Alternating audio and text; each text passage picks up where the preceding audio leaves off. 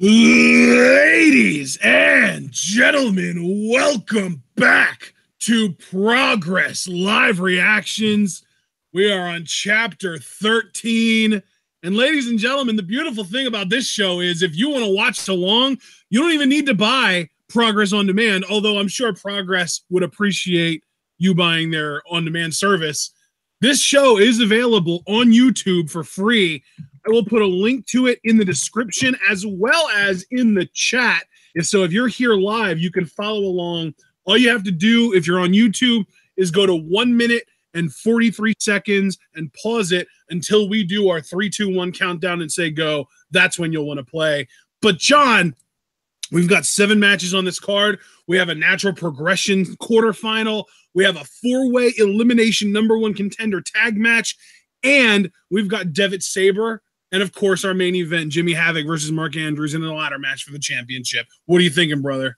I mean, dude, what a freaking card, because you have former champion Rampage Brown in the opener against Darrell Allen. So Darrell Allen returning to singles competition, which should be interesting. You've got Pete Dunne versus Robbie X, natural progression to quarterfinal. And didn't this show take place in like 2014?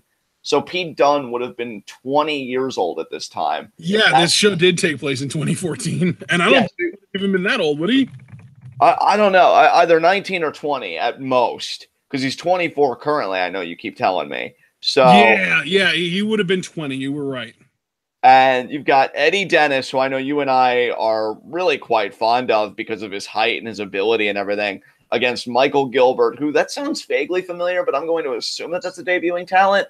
The Four Corners tag team matchup, London Riots, Project Ego, Screw Indy Wrestling, and Swords of Essex, elimination style, that is insane. I'm going to go London Riots on that, but honestly, I would not be surprised if Swords of Essex won that. Ligero versus Tommy End, that sounds freaking great to me. Both guys have a lot of credibility in my mind in Progress.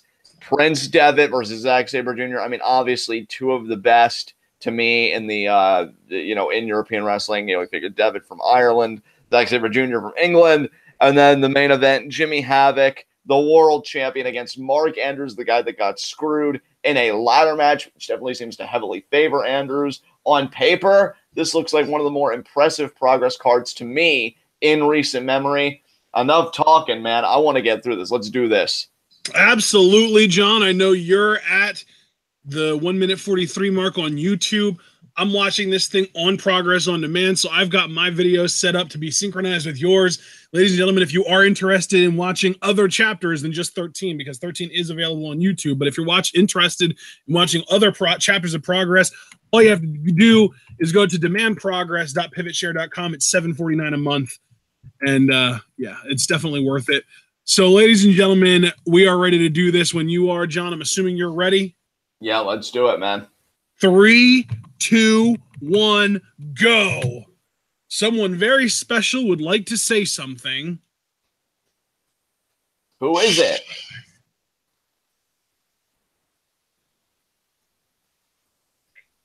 They say this is Progress. Clap, clap, clap, clap, clap. Okay.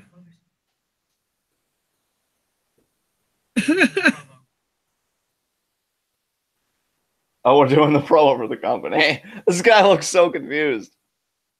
He really does. He actually said.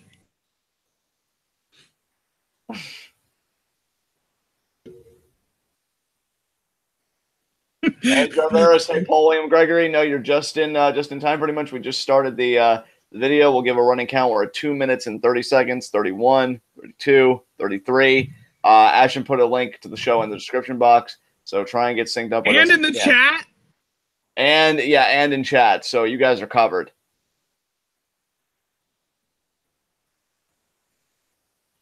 And I have no idea who this guy is. I'm sure in like the UK that this guy must have been a big deal or something.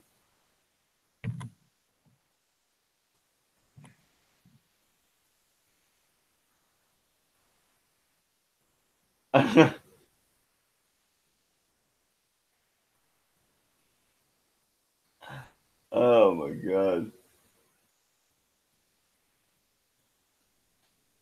Unbelievable, this poor man. He just leaves.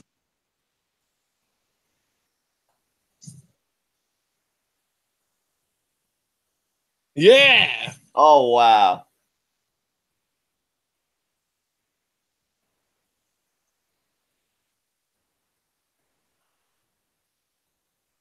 Oh my God. Yeah. This is progress. This is one of the most awkward openings to a show I've ever seen. Paulie McGregor is a football commentator famous for gaffes. I see. Oh, nice. And we got Rampage Brown versus Darrell Allen. Oh, Allen. You may be dazzling, but I've got Rampage Brown for this one. Oh, yeah, absolutely. Rampage got this.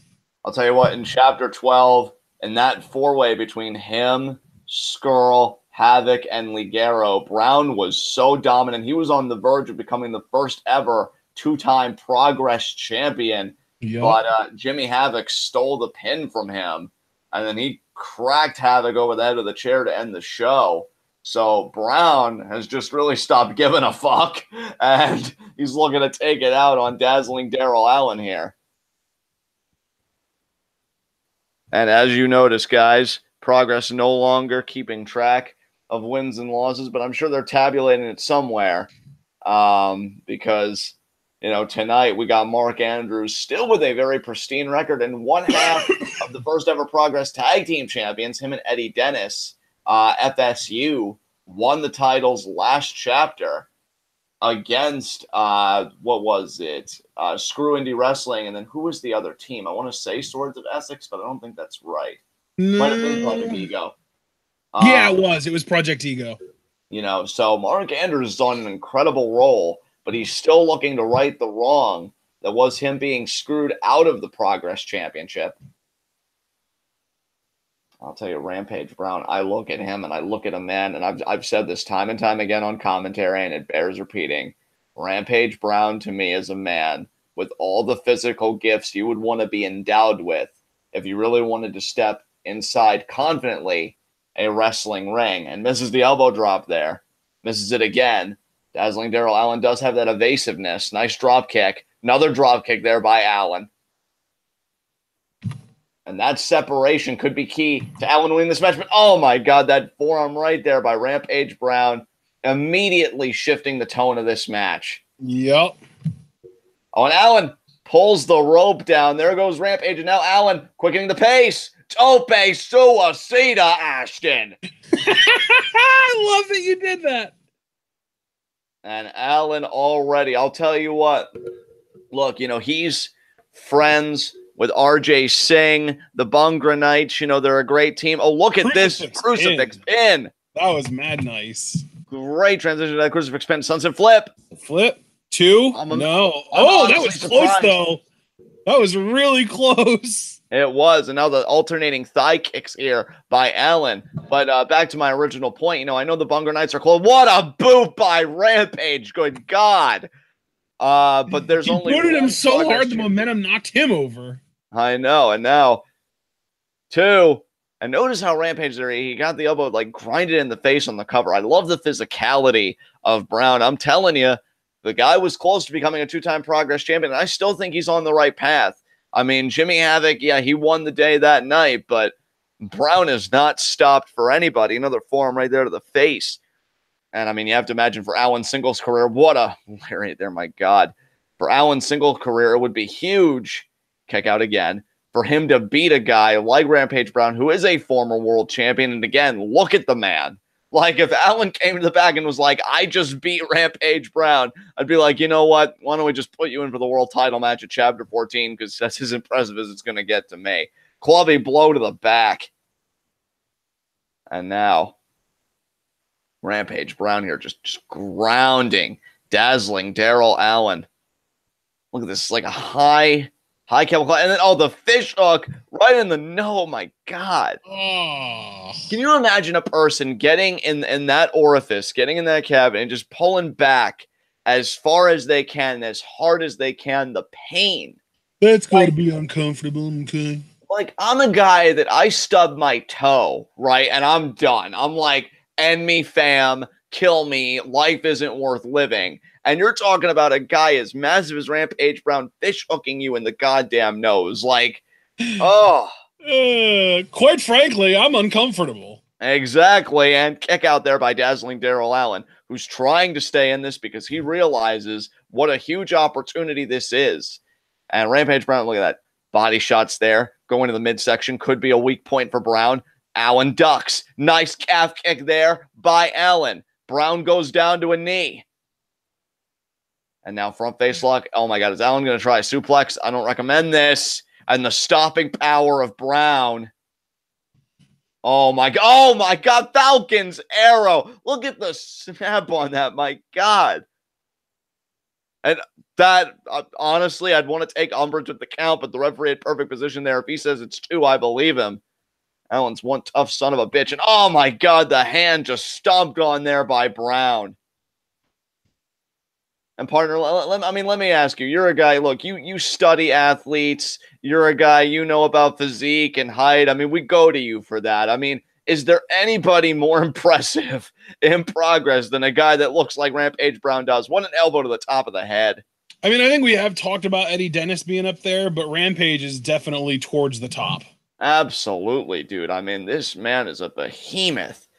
And even a basic, I mean, this is a rudimentary headlock, right? Yeah, but you got a guy with the arms the size of Brown, and what a forearm there. And it's just every maneuver hurts more when a guy the size of Brown is doing it to you. And now he's got Allen up. Oh, my God. I mean, I hope he has a lifetime membership with a chiropractor because, Jesus, that back driven right into the turnbuckles there.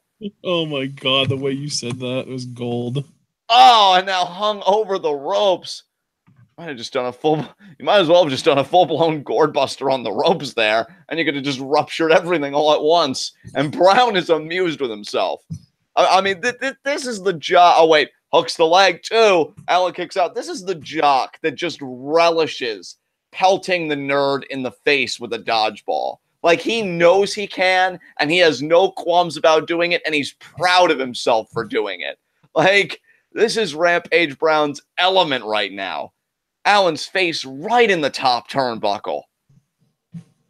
Now Allen, oh my God, again with the back. Oh, but he moves out of the way, and that momentum meeting the ring post, that could have been the window for Allen to fight back into this matchup.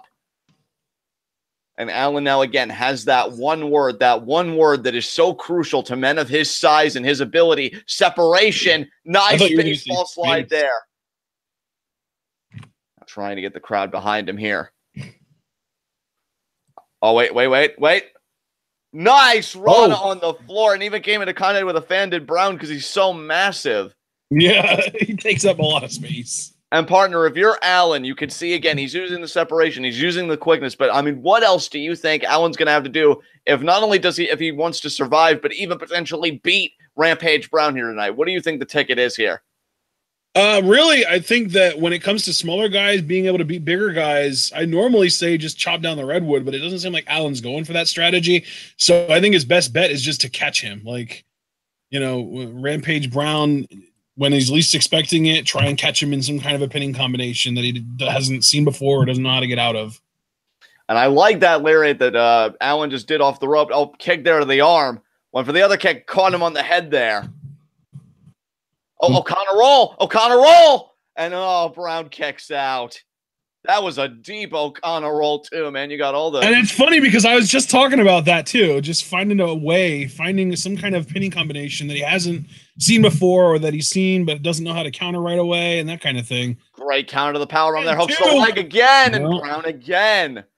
I mean, Allen knows this would be. I mean, this is a guy in Brown that just main evented the last chapter. If Allen can beat him. Again, I know the Bunker Knights are a thing, but friendship should never get in the way of championships. Super kick. Kick again. Front face lock. Oh, no, he's not. Wow. Oh, Brown. Oh my God. That's it. Pile driver. That's it. Yeah, it's over. 1, 2, 3. The way he Irish whipped him into that middle rope, and we've talked about it time and time again. those ropes, I mean, they're not gonna coddle you. You know, they're not gonna be whatever. They are hard like cables. And that went right in the throat of Allen. The pile driver was just academic, as they say. I mean, Rampage Brown with another victory. I'm telling you, man, this guy's a gravy train, and you either have to get on or get run over. There's really no other option. And great win there by Brown as we go right into our next matchup. I'm looking forward to this. Pete Dunne versus a man that, I mean, the name's appropriate, Robbie X, because an X is a very nebulous variable. It can be anything, and I'm curious what Robbie's going to bring to the table here. Yeah, he's the X factor. He is, you know, he's that wild card. We don't know what to expect from him. And even Pete Dunne at this point, Pete Dunne was kind of an X factor because this was before he embraced himself as the bruiserweight. And I will say this, partner, this is, as you pointed out at the beginning, a natural progression series 2 quarterfinal matchup. Now, we've already seen upsets in this tournament, at least what I would call as upsets. Just last chapter, Zack Gibson, with a totally new look and demeanor in my mind, no longer brash and arrogant, but really aggressive and hostile, beat Will Ospreay, the aerial assassin. And now we've got a very young Pete Dunne at this time, only 20 years old. And Robbie X, and again, the X to me is enigmatic, or in his mind, it could mean extreme. Who even knows? But who do you got in this one, partner? Give me the breakdown. You know, it's like you said, it's the X factor. I don't really know what to expect from either guy. We know what Pete Dunne is doing now, but I don't know what Pete Dunne was doing 4 years ago at 20 years old. So I'm just gonna randomly, you know, shot in the dark. I'm gonna go with Robbie X. And look at Dunne here, and see, this just shows you how people evolve over time. And Dunne is still incredibly young at 24 today, but the Dunne of today, that is 24, that whole spider move that we just saw this Dunne do, I don't think you'd really see that Dunne that we know do that today. And now here's definitely not. Here. Yeah. By Robbie X. It is interesting that Pete Dunne has a literal X on the back of his trunks. That's true. Yeah, it could mean could symbolize maybe the X-plex, or that's a good point. Yeah, you're probably right. Shoves Robbie X, then Pete Dunne with the flexing. I mean, again, the Pete Dunne we know today, he snarls. You know, he really doesn't have that kind of boastfulness and brashness that we're seeing here. So again, it's interesting seeing the evolution, kind of turning back the clock. See now, Pete Dunne, we're going to turn this match in his favors. That's what he's looking to try. Now look at that nice pin there. Great pin combination. Tell you what, though, the technical acumen's still there for sure. And Robbie X, this is such an amazing opportunity for both of these men. The Natural Progression Series, of course, we know that the winner gets a Progress Championship match, and they get to pick one of the losers of the tournament to come back.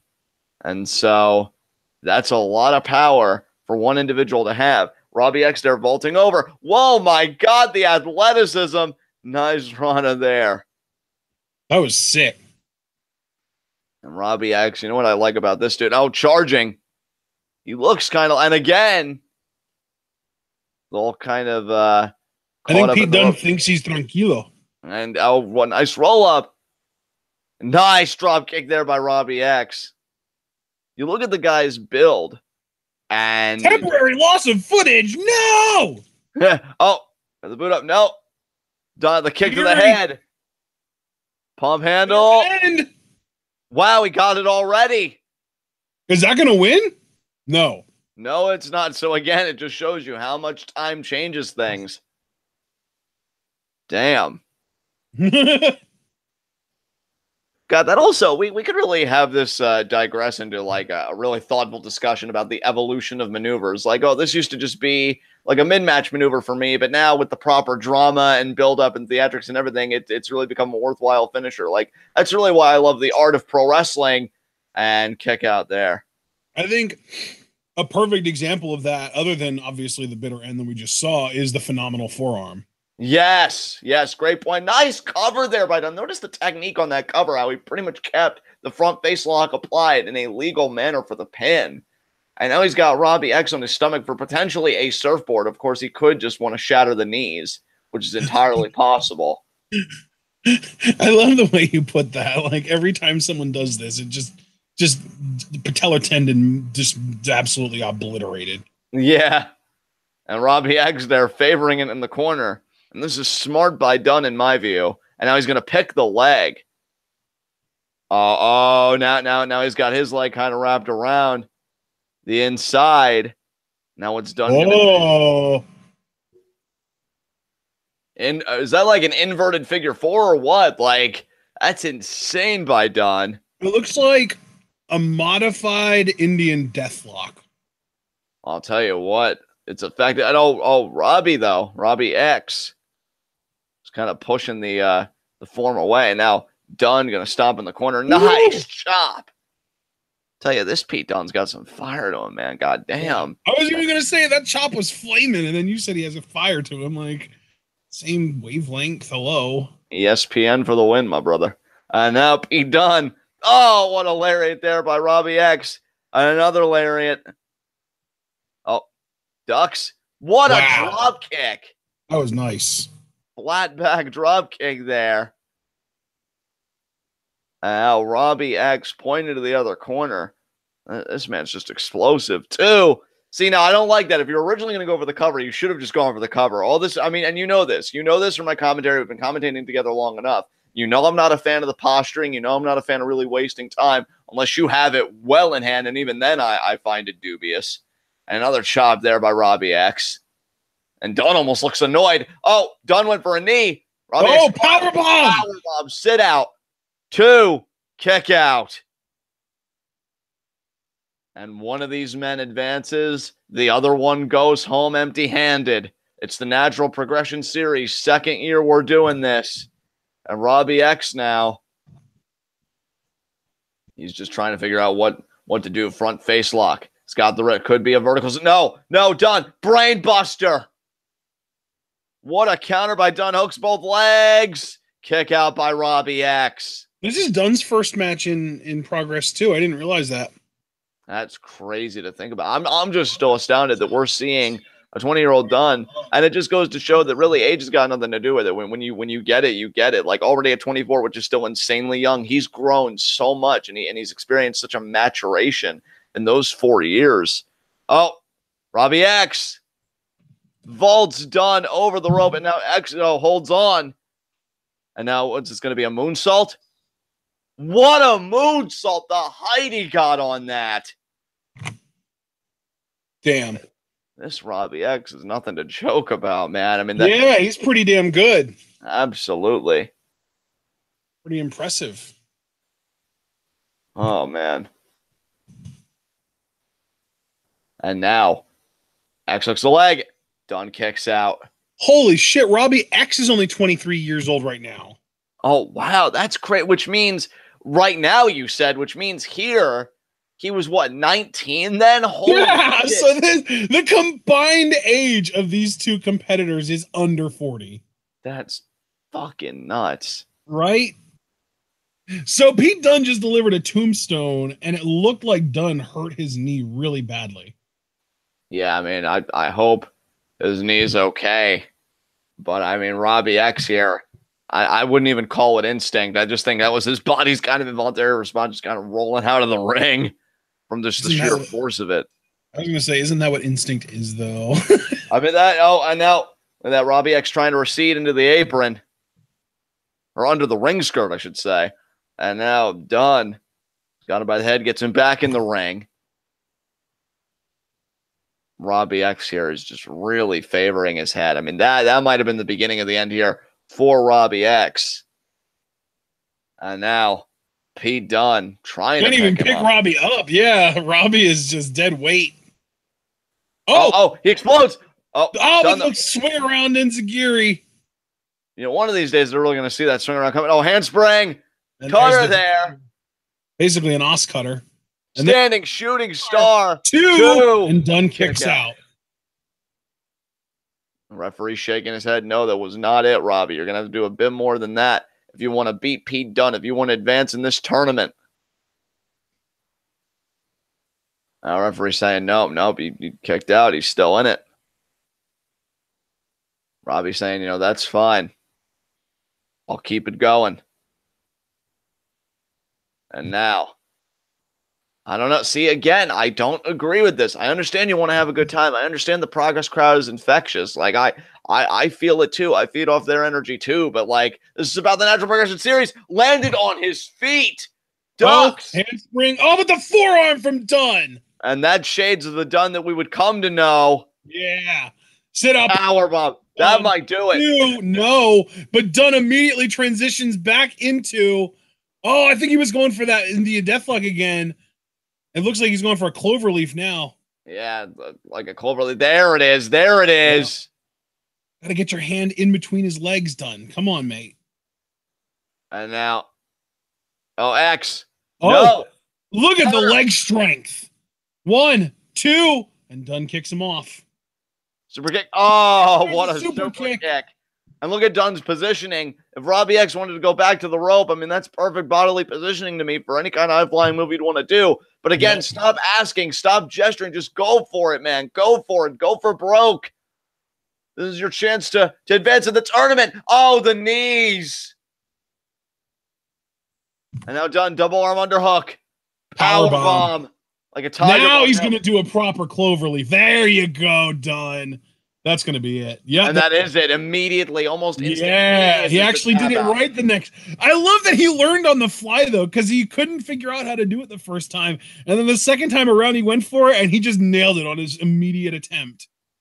I'll tell you, that was one hell of a match. Dunne advances in the natural progression series. That explains so much about why Pete Dunne is so good so early, because right there you saw he is a fast learner. Absolutely. I feel like he's a guy, you know, just kind of put a soundbite on that before we go to our next matchup. He's a guy that you won't have to tell him the same thing twice. Yeah. And, you know, that is one hell of a gift to possess. But now we've got Eddie Dennis versus Michael Gilbert. Now, do we go with the devil we know or the devil we don't? I mean, Eddie Dennis is so gifted. This is Michael Gilbert. I feel like this is Michael Gilbert's Progress debut, because if we've seen him before, I honestly wouldn't remember it. It has to be. And I really pride myself on having a fairly decent memory when it comes to Progress. It's a hell of a lot better than mine. And Michael Gilbert, though, he's a man of impressive size himself, though. I mean, this ain't going to be a picnic for Dennis. That's for damn sure. This guy looks like a... Fucking hell. Michael Gilbert is Mikey Whiplash. Oh, wow. And now, referee checking both guys. Eddie Dennis again. This is actually not his Progress debut, because he wrestled Tommy End on Chapter 10. Oh, wasn't he that guy that we were really impressed with then? I feel like he actually listed him as Mikey Whiplash then, but now he's listed as just Michael Gilbert. See, and that's what threw me off. Okay. So, yeah, Michael Gilbert, formerly known as Mikey Whiplash. And I remember that match with Tommy. And oh, wait a minute here. Dennis got a mic.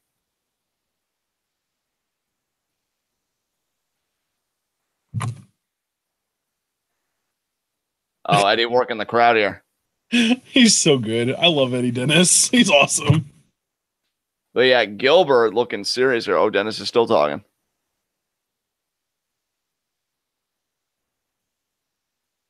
Oh, look at that nice little nod there to his time as Mikey Whiplash.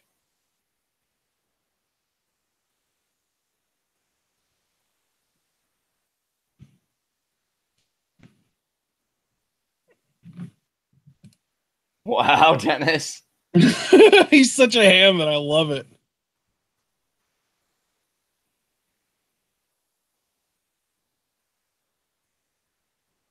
Yeah, Eddie Dennis is all kinds of fired up, and Michael Gilbert's like questioning every life choice he's ever made. Yeah. I mean, I will say, you know, if I'm Michael Gilbert, I wouldn't take Eddie Dennis lightly, despite the comedic nature and the, you know, very kind of joyous temperament. I mean, this guy is one half of the first ever Progress Tag Team Champions with his best friend, Mark Andrews.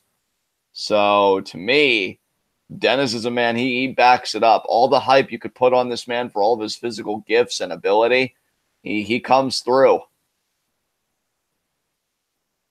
And he's still kind of getting in Gilbert's head. He is just going hard on the mic, man.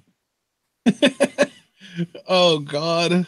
I love the like rainbow tie-dye shirt too.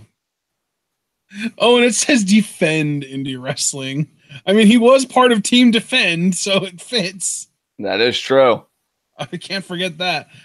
Team Defend was just FSU before they changed their name to FSU, right? Yep. Thought so. So he is one half of the tag team champions. I can't forget that either. Yeah, Eddie Dennis is still going. I'll tell you what. If part of the Gilbert in-ring is game getting is like, so annoyed. yeah, I mean, if the luchador mask, Lucha Dennis, Lucha Dennis. I'm assuming we're gonna get a Tiger feint kick out of the deal at some point. Yep, probably. He's wearing a Rey Mysterio mask. Yeah, I mean, if half the game is psychological, Dennis might have already won this match because Michael Gilbert looks absolutely perturbed right now and totally off foot. You say perturbed, I say disturbed. Yes. And now, but I mean, Michael Gilbert, though, to be fair, nice arm drag, though, by Lucha Dennis. And Lucha Dennis, went for another Gilbert, though, stopped it. Gilbert's a man of impressive technical ability in his own right, though. And another arm drag there by Lucha Dennis. I mean, Gilbert had a very competitive outing against Tommy End and would love to win this match against the equally physically impressive Dennis. Look at that. Lance. Oh. Right into the gut. Is he going to vault over with a sunset flip? Yep. No. Sends Gilbert into the ropes. Drop kick. He didn't do like a proper sunset flip, but he did vault over. And Gilbert kicks out. And Dennis now feeling it. Dennis knows the tide is turning. And now, off the ropes. No. Oh, just vaults Dennis over there. Nicely done by Gilbert. Now Gilbert. Talking trash. Oh, drop toe hold. Lucha Dennis. He's thinking Tiger feint kick. I did say, it would only be appropriate that we'd get one given the Rey Mysterio mask that he's wearing. Dennis might be taking a bit too much time, and he did. Oh, but see, he saw the guy get out of the way, so he didn't overly fully commit. Yeah, he didn't overly overcommit to it and end up screwing himself over. And Mike Gilbert is so pissy right now. I love it. I don't blame Gilbert. I mean, this is a wrestling show. This isn't a comedy, variety show or whatever. I'm sure that they have plenty of clubs and bars and whatever in the UK that do that sort of thing. And Gilbert came here to wrestle. I don't blame the man. And now he's going to get back in here. We got a £1.99 super chat from the Chiefin. Can we just call Eddie Dennis Lucha Dennis forever? And yeah, as soon as he takes off the mask, I will resume calling him Eddie Dennis. But I mean, he's still got the mask, so Lucha Dennis it is. It's his alter ego. Yeah. And Michael Gilbert, I think he's really telling Eddie Dennis, be serious. I'll tell you, Michael Gilbert wouldn't be surprised if he was a graduate of the Lance Storm Academy. If I could just be serious for a second. And Eddie Dennis still wanted to have a good time. But see, again, this is all part of Eddie Dennis's greater strategy. This dude is legit. Again, he's carrying championship gold, which is more than Michael Gilbert in all his seriousness can say right now. Look at that hairline on Michael Gilbert, too. Oh, nice. He got the leg. Got it into a little bit of a compromising position there, cranking on the ankle. Great technique there shown by Gilbert. Now he's going to work the leg over. Look at that float over. Indian Deathlock style here. I don't know if he's going to be maybe thinking bow and arrow, or he just wants to keep working over the legs. Yeah, buddy. And now Eddie Dennis. This is not going to feel good. And now it could be a bow and arrow. Moves around. Knees firmly planted. Beautifully done. And now the bow and arrow. And Gilbert just really cranking on it there. And now the scramble right into the front face lock. See, this is why I like Gilbert. This is the same flash of brilliance that we saw in his match with Tommy End. I mean, the guy, very technically sound. and he has control of the wrist, goes right to the wrist. I love how he goes, a nice suplex there. Almost like a sidewinder suplex a little bit. Didn't get like a lot of momentum behind it, but now he's got control of the wrist. I love how he goes from one limb to the other, one move to the other without missing a beat. Now bending the fingers back. I mean, this is a guy that really wants to make his mark in progress, and you can tell he's taking that very seriously. I mean, if you ask Eddie Dennis, too seriously, but I digress. And now leg drop over the arm. And definitely doing a great job keeping Lucha Dennis grounded here, partner. Absolutely, yeah. But Lucha Dennis here back to vertical. Lucha Dennis might need to ditch his luchador heritage and just become Eddie Dennis and start playing the power game like he can. Oh, look at this by Gilbert, just moving every Transitions, John, transitions. I mean, transitions. I love watching them, especially when somebody can do them with the fluidity that Michael Gilbert has demonstrated here. And now Eddie Dennis trying to scramble, rolls through, rolls back, rolls kind of flipping in there, breaks it. Oh, the mask comes off. Eddie Dennis exposed. I never would have guessed it. Holy shit. And now Dennis there pushes Gilbert off the ropes. Oh, but Gilbert, Dennis, shoulder block. Bit of a dizzying exchange there, but these guys still going at it. Dennis now needing to get back to a good place here. And Gilbert wanting to stay on top of things. And I got to tell you, Gilbert is just looking on, just trying to wonder what he's going to do next year. Cravat here. I don't know if he's going to commit to like a full snapmare. I think he's content working with the cravat for now. Yeah. And now does go in, and now there's the headlock there. I'm really cranking in. Look at the position of the arm there. Got it nice and snug. And then almost like just a shot right across the face. And that face again with the arm kind of cutting off the airway. And the arm's kind of scrambling for a reprieve there. The face is totally unprotected, and Gilbert knows that. And now Dennis back to vertical. Body shots off the ropes. Shoulder block again. Gilbert responds, though. What a shoulder block of his own. Is there a better type of face than unprotected face? I don't think there is, partner. But I don't know. I guess we'll have to ask around. Gilbert stalking Dennis. Into the almost like a half-assed Steiner recliner there, but then you just get the crossface. Yeah, crossface over the face of Eddie Dennis. Is Dennis now crawling to the ropes? And, you know, I mean, Dennis, he does want to make his own mark in singles competition. He is a tag team champion, but he can't look into his corner and see Mark Andrews there. This is all on his own. Oh, the kick, but Mark could be a shin breaker. No. A wow. suplex with the leg captured. I've never seen anything like that. And now, STF? STF, yeah. There STS. Yeah, that's really. Yeah, that's an STS, or at least it was. Now he is transitioned into an STF.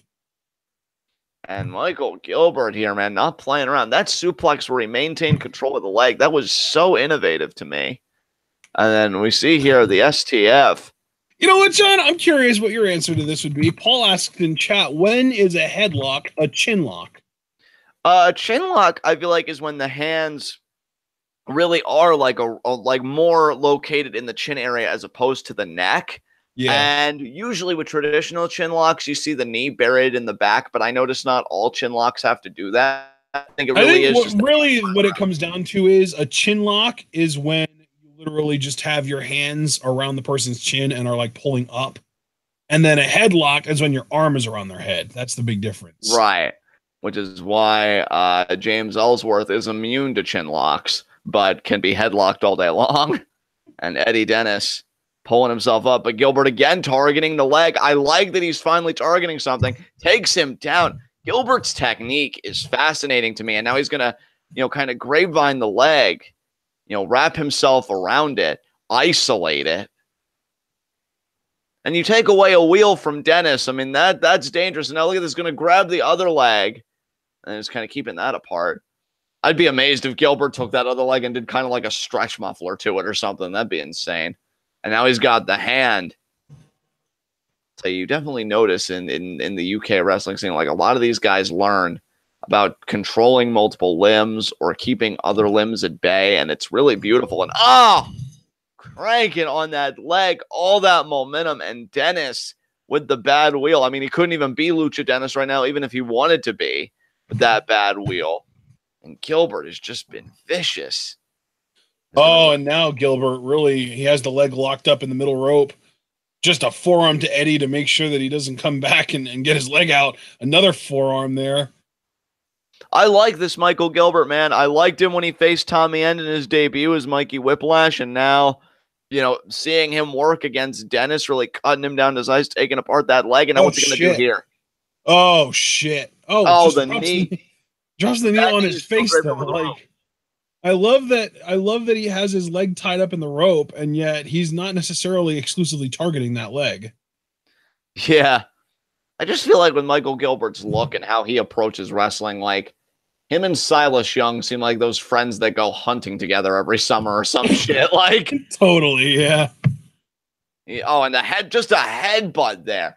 This is a guy that'll just use any body part to just inflict pain on Dennis, and Dennis trying to fight back in this, but Gilbert is not making it easy. No.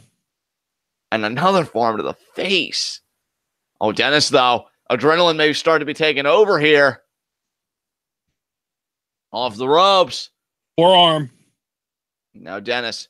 Oh, I think he went for another forearm there, but I'm not sure if it connected. Yeah, I think Michael Gilbert's getting the better of him here on this strike exchange. Oh, but Dennis there popped him one. But goes right back to the leg. Did you see the knee basically turn inside out there when he tackled it? Yeah, that was crazy. Oh, and now Gilbert. Wrapping around the ring post, and there's the end result. And it knocked him all the way down to the ground, too, man. And you know what? Maybe this is my inner Johnny Scumbag putting on the headset for a second, but I like that from Gilbert. I like that he knew he couldn't win the strike exchange with Dennis, so he goes low, legally low, I might add, with the leg pick, wraps it around the ring post, and he goes back to the game plan that he started earlier in the match. Hey, when you can't beat a guy on his territory, you forcibly make your own. You make your own terms in a match, and that's exactly what Gilbert's done, and things are looking really good for him right now. Yeah. And Dennis, again, trying to get back to vertical, trying to meet Gilbert, but Gilbert, double arm underhook, could be thinking suplex, but Dennis, look at Dennis. I like this by Dennis. Oh, wait, pulled. Now Dennis kind of slides out. Inverted atomic drop, but you see there the leg. Everything is going to wear on that leg. Uppercut. Off the ropes. Ducks the lariat attempt. Lariat of his own. That's how Dennis is going to get back in this thing. I was going to say earlier before that exchange, I liked how Dennis knew that with the bad wheel, he couldn't necessarily power out of the double arm underhook. So he goes to the ropes. A legal break would have to be made.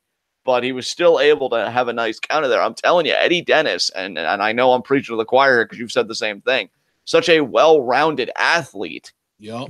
And with a lot of physical gifts, like we say about Rampage Brown, charging, nice uppercut there.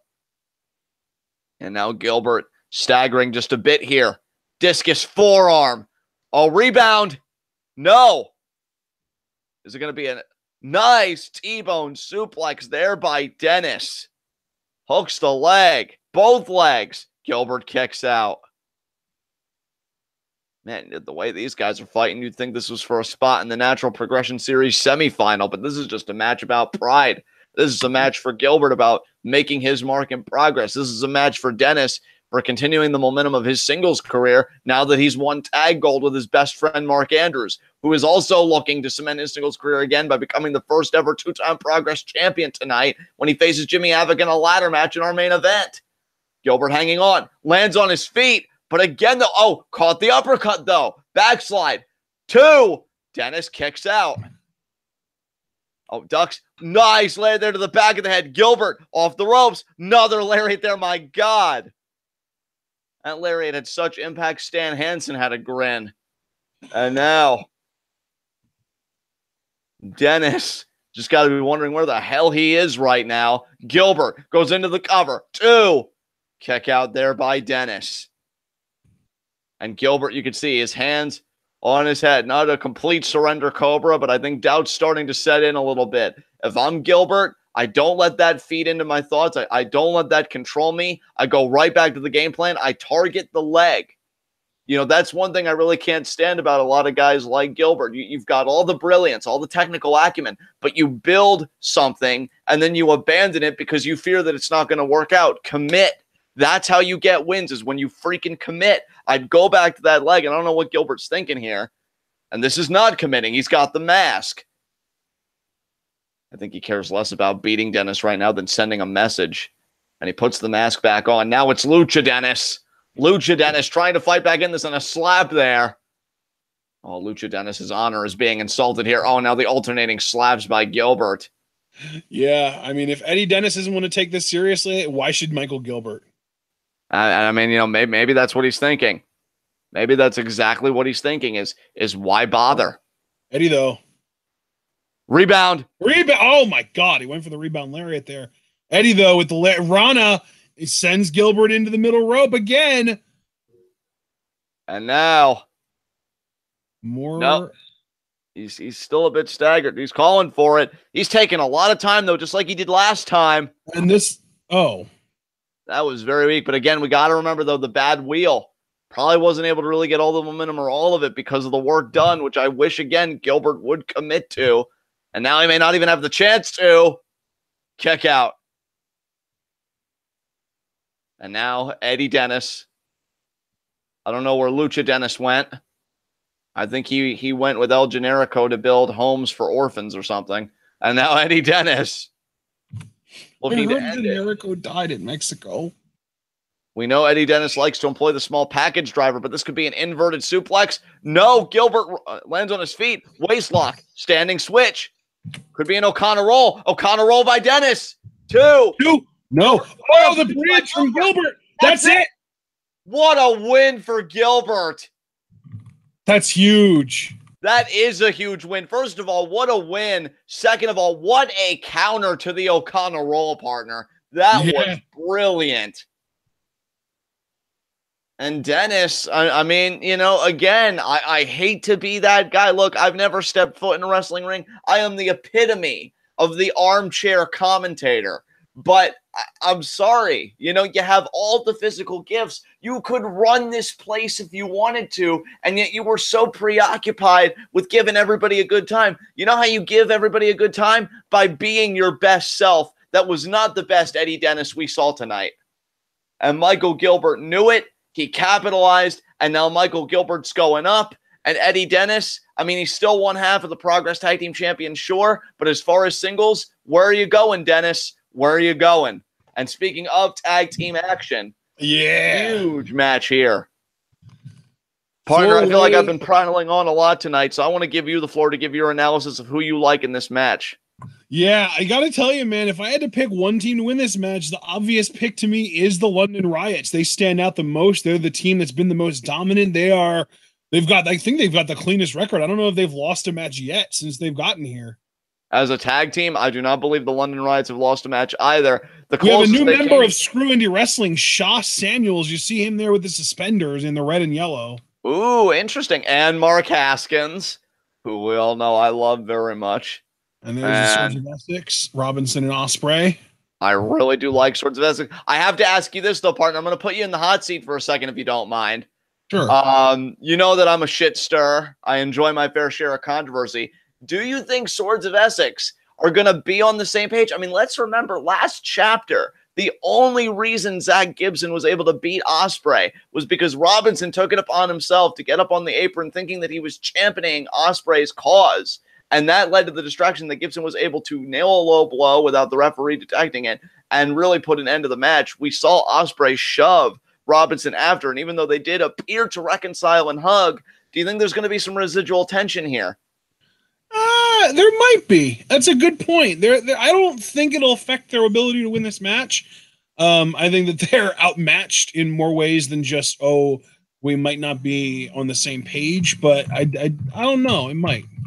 Now, do you think, here's another question for you, because again, I always go to you for the data, for looking at guys for what they are, and more impressively, what they can be. Do you think this being an elimination match, so essentially a war of attrition, do you think that favors any of these teams here? So, because I think we've seen in one level or another that all these teams can go to distance. Do you think it favors anybody that this is an elimination style matchup? Yeah, I don't know. I really want to say it favors the London Riots, but they are bigger guys. But I don't think we've really seen any kind of endurance problems from them. So I don't think the size really even has that negative effect that you would normally expect. And Martin Kirby here. Look at the speed of Martin Kirby. Nice Hurricane Rana. And now James Davis taking a breather. And Martin Kirby, they're mocking Davis. And now I think Rob Lynch is hugging Davis, if I'm not mistaken, or at least he hugged Davis. Yeah. And now Chris Travis, also a very talented athlete. Of course, in the present time, depressing to note that Chris Travis is no longer with us. Pats Martin Kirby on the head for good luck. Cancer got him. It's a damn shame because he had a lot of promise. Yeah. And, we're getting to see it here. So, it's always depressing to get that out of the way. But, I mean, we do talk about the present. And sometimes the present isn't always the kindest thing. As Davis, they're hard. Actually, no, that's I think that's Rob Lynch. Yeah, that's Rob Lynch because he's bigger. He's just a bit bigger than Davis. And Chris Travis trying to get out of this headlock. God, it feels like you could pop the head off the shoulders when you're that massive. What a shoulder block. Rob Lynch, man. What a nasty son of a bitch. And I feel like he's definitely like the nastier of the two London Riots. Absolutely. But Chris Travis, though, not giving a damn. That spinning heel kick. Oh, gets vaulted over, but lands on the apron. Caught Gamangiri there. Could be a springboard. No. Caught. Could be a head scissors. He got it. And Lynch, a bit dazed here. Travis ducks the lariat. Going for a head, and he got it. Got the Hurricane Rana again. Now Rob Lynch in the corner. I mean, Project Ego. I didn't know they'd match up so well with the London Riots. They might be, I mean, other than Shaw Samuels, who looks like a bigger guy, Project Ego might be the only team in this match that can match up size-wise with the London Riots. Yeah, that's a great point. I mean, I'm just really surprised by what we're seeing here. Oh my God, the snap Rana there from Robinson. Paul Robinson, Mr. Wrestling. Oh, what a knee there by Samuels. He is big. He is big. Front face lock. He looks like he is like Rampage Brown's size.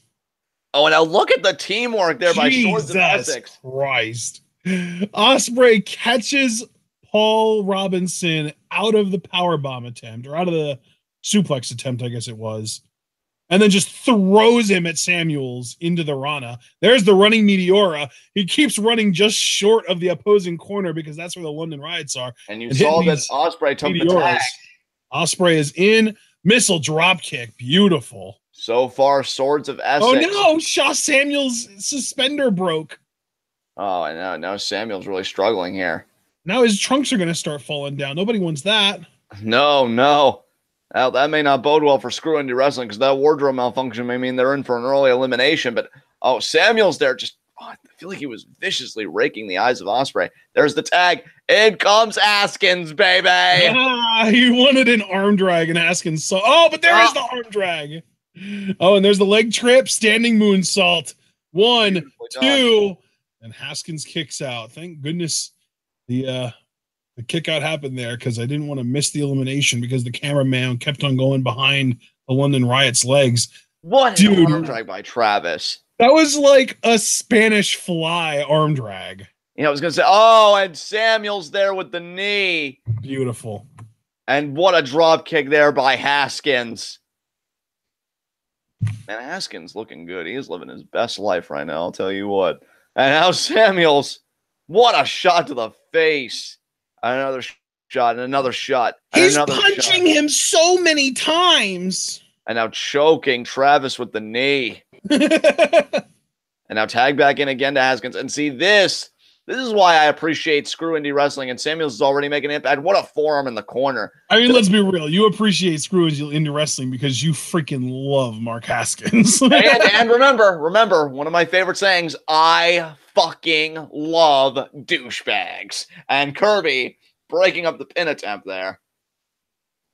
And Mark Haskins is literally biting one of Chris Travis's fingers. This is he's famished. Okay, he's famished. It's very hard. Okay, to wrestle with the intensity that Haskins does and not work up an appetite. You know, I'm sorry that Travis's digits were the only thing on the menu, and now Samuels is going to choke Travis. He's choking him out with his freaking suspenders. Oh my God, I love this. And see, again, if you're the Swords of Essex or you're London Riots, that was a scarf. Now he has his suspenders.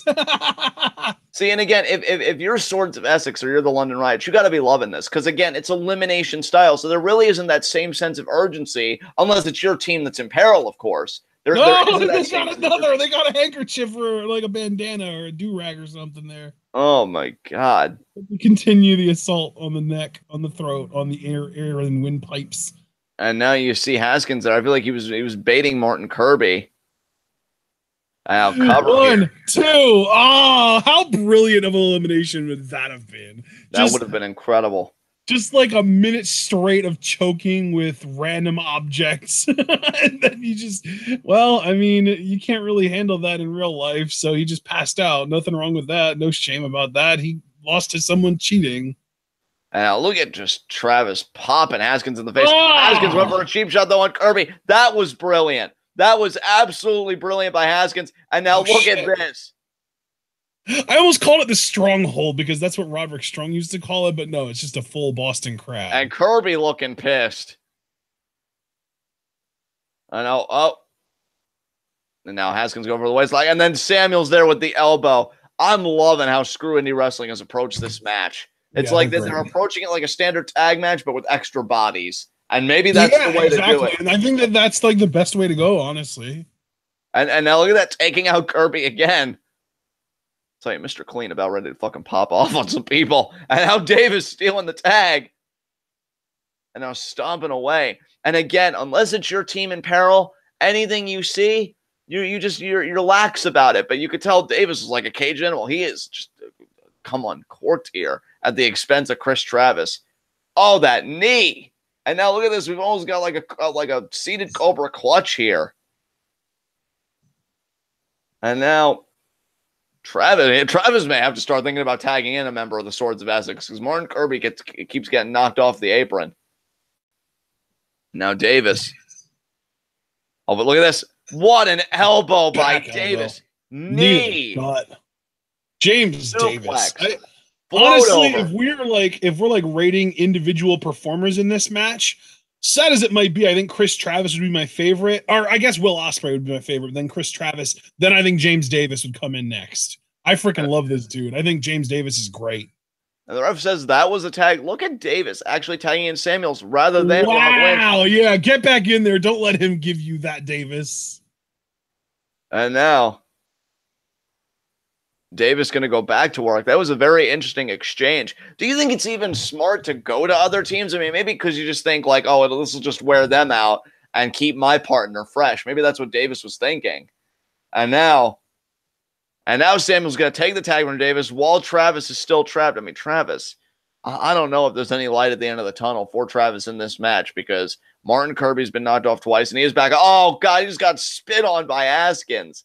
And now Samuel's just rubbing it in. Oh, my God. Now tag into Haskins. Travis has been isolated. Again, if I'm Travis, like I know Kirby's back up on the apron, but who knows if he'll get knocked down again. Goes to strike Haskins. Haskins again kicking in the head. Haskins has a swagger about him, I'll tell you what. And even though I really do like the pairing of Haskins and Nathan Cruz, Samuels is working out quite nicely thus far. Oh, man. Haskins is he's in complete control. There is nothing Travis can do. Snapmare takeover right again into the headlock. And Travis breaking out of it. Even Travis looked a bit annoyed here. Like, what the hell else am I going to go through? I want to tag out. I need a breather. And so far, no eliminations. I cannot stress enough that this is an elimination match. This is not one fall to the finish. Oh, jawbreaker there to get out of it. And now Haskins looking the other way. Oh, Kirby this time saw it coming. Hot shot over the rope there. Lariat. Their lariat. This is it. This is it. And there's the tag. There it is. Martin Kirby finally able to get into the ring. Third time was the charm for Project Ego. Kirby off the ropes. Dunne jumping forearm there. Naito does it better. And back elbow there by Haskins. Haskins going for the super kick. Got checked. And Sagiri there. That's a Kenny Omega move. He stole that from Kenny Omega. Or did Kenny Omega steal that from Martin Kirby? Well, I mean, considering Kenny Omega's been doing it for like a decade, I think he probably stole it from Omega. Fair enough. And now all bodies coming in everywhere. Now here are the London Riots. And now Swords of Essex deciding, being the last team to enter the fray. Man, I've even forgotten who's legal. I think it's Martin Kirby and Mark Haskins. Yeah. And now bodies are just spilling out everywhere. Oh, we're going to get a crazy dive somewhere, aren't we? Who's left in the ring? Nobody's left in the ring. Probably one of the Swords of Essex are going to get back in the ring and do a dive. And one now, or both. Oh my God, Davis. And now the right hand there. And now Samuels. Oh, Samuels. Just goes after Rob Lynch. I think that was Rob. Oh, no, that was James Davis. Think. God. Not being able to see faces is really hurting my ability to distinguish the London Riots apart from each other. I know. Oh, and now Travis there just popping, I believe, Ospreay. That's James Davis. That was James Davis right there with his foot on Shaw Samuels' face. And now the London Riots. They're mean. They're nasty. Haskins. And Haskins there, nice elbow. We've got to restore some coherence to this damn matchup, though, because Robinson. Oh, there it is. Oh, but look at this, though. Project Ego immediately getting into the ring and stopping Robinson. They're going to throw him over the top rope onto everybody. And oh my God, he practically landed in the crowd. That was awesome. The way they projected Robinson, I feel bad for anybody in the front row because that did not feel good, probably. Yeah. God damn. Project Ego. I would love to know. Oh, wait a minute here. Project Ego now. Tope Suicida and Tope Con Hero. Beautifully done. And now, what are we going to... Oh, Ospreay, the aerial assassin. Oh, man. He's going to do a corkscrew moonsault. Yeah! What a corkscrew. Jesus Christ. He's amazing. I love you, Will. And I still believe that please never lose the junior title in New Japan. Yeah, really. Especially not to Kushida, damn it. Oh, God. If Kushida were to beat Will, I'd fucking vomit. Again, you mean? He's done it like 3 times at least for the title, or 2 times for the title, I think. Oh, and now we are back to the men that were legal. Oh, but Davis not giving a fuck who's legal. Forearm! Forearm! Forearm! Forearm! Davis and Martin Kirby going at it. Now Davis, Irish whip Kirby. No, Kirby reverses. Davis into the corner, boot up. And now Davis on top. Kirby with a forearm to Davis. Yeah. Oh, and it looks like, I think that was Ospreay on the other side. No, it's Robinson. No, that's Robinson. I knew it was one of the Swords of Essex. I just couldn't tell which one. Suplex to James Davis. Oh, shooting star press. Oh, my God. That was right to the head of Kirby. Oh, my God. Travis Kirby. Chris Travis and Mark Haskins are in. The lariat. Oh, my God, Haskins. Spear. Spear? Samuel Shaw. Jesus. Oh, but now. Oh, my God. Yes, Ospreay. Ospreay's the only man left alive. I love it. Haskins is scrambling here, but I still believe, unless they have different tag rules that I didn't know about, Haskins and Kirby are legal. So either we need to get some tag outs here so that the really freshmen can get in this shit. Oh, wait a minute, Will. Caught. Oh, you got caught, Will. Oh, my God. Just a straight up throw there. Oh, my God, the knees by Haskins. And that actually did connect with his face. Oh, there's Martin Kirby, though. These are the legal men. These are the legal men. Could be the pin. No. Send into Project Ego. Ring Super around. Kick to the face. Enziguri sends Haskins off the ropes into the bridging, or not even the bridging, just into the German. Spear to Shaw Samuels. Enziguri to Shaw. Now they're measuring Shaw here. They're setting him up for, they wanted to do the finisher, but he's too damn big. He is. And now look at the alternating elbows. God, these back elbows are killing Project Ego. There's the kick to the gut. Has Shaw bent over, but Haskins stopping. Still has the awareness to be able to grab Kirby off the ring apron. Oh, what a boot to the face there by Travis. And keep in mind, folks, no eliminations yet. Oh my God. Chris Travis sent over the top rope, and his face connected with the ring apron when he landed on the outside. I'm amazed Chris Travis's head is still on his shoulders. That lariat. If that wasn't meant to decapitate, then somebody fucking tell me what the intent was, because my God. And now, Kirby and Haskins here, back at it. I mean, this is just completely devolved into utter bedlam here. And now, Haskins and Kirby again. Kirby, nope.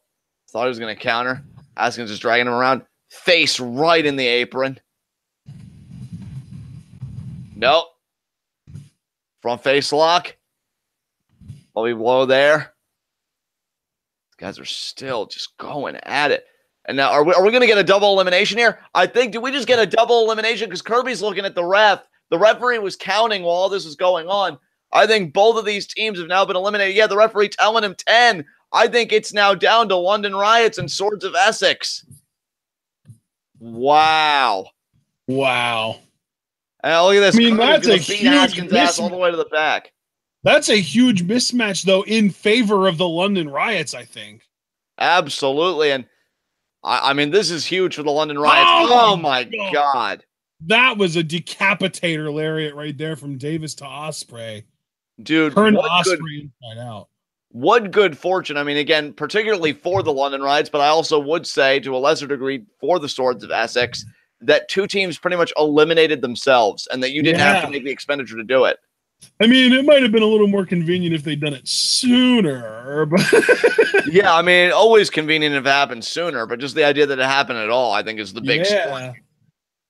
Chop there by Lynch. And now, see, now we've got a standard tag match, and this is where the London Riots thrive. They have yet to be beaten. The biggest blemish on their record was a double countout against the Bunga Knights, but then when they had a street fight against them last chapter, they wrote that wrong. They righted that wrong, and they beat the Bunga Knights, and now Ospreay here isolated. This is not good. I mean, remember their double team last chapter, sending Lynch sending the opponent into the spear of Davis. I mean, these guys are vicious, and Ospreay fighting for his life, because as far as we know, that is what he's fighting for right now, as well as for the #1 contendership for the tag titles. What a drop kick, taking out both members of the London Riots. Oh. And now, I mean, the Chief In said it better than I ever could. He said it's such a mismatch, the Swords of Essex and the London Riots. But Will Ospreay doesn't give a damn. And now the crossface is there by Davis. Davis is just imposing his will here. And now Paul Robinson again, though. Does this look familiar? Will Ospreay getting tortured here, taking punishment, while Robinson yucking it up with the referee. This is exactly what cost Ospreay against Zack Gibson last chapter in the Natural Progression series. And now London Riots are going to restrain Ospreay, and there's the kick there by Lynch right to the gut of Ospreay, and Ospreay here is just getting beat up. And now, snapmare right into the headlock. I mean, these guys have just got it down to a freaking science here. And I'm telling you, partner, again, it is the shit stirrer in me, I will readily admit, but I do have to wonder if the Swords of Essex can keep their emotions in check, especially Paul Robinson, and be able to stay on the same page and help one another to be able to beat the London Riots, who have been undefeated. Like, that is a tall freaking order. The referee now checking the arms. Oh, arm shoots out. Arm shoots out. Ospreay's alive. There is life for Will Ospreay. And now, Ospreay. Oh, caught.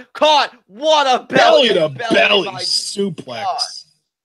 God, Ospreay is just not living right now.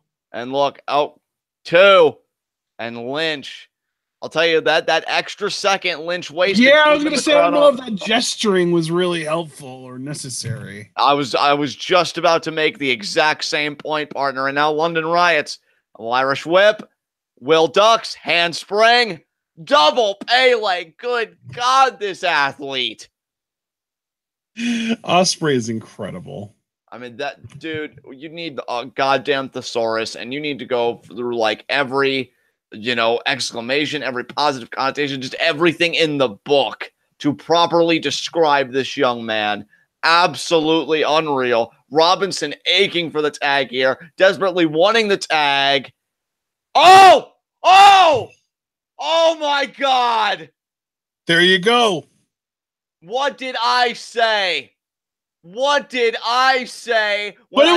wasn't what you expected, though. You thought Ospreay would turn on Robinson for costing him the match, didn't you? That I will grant you that, but partner, tension is tension.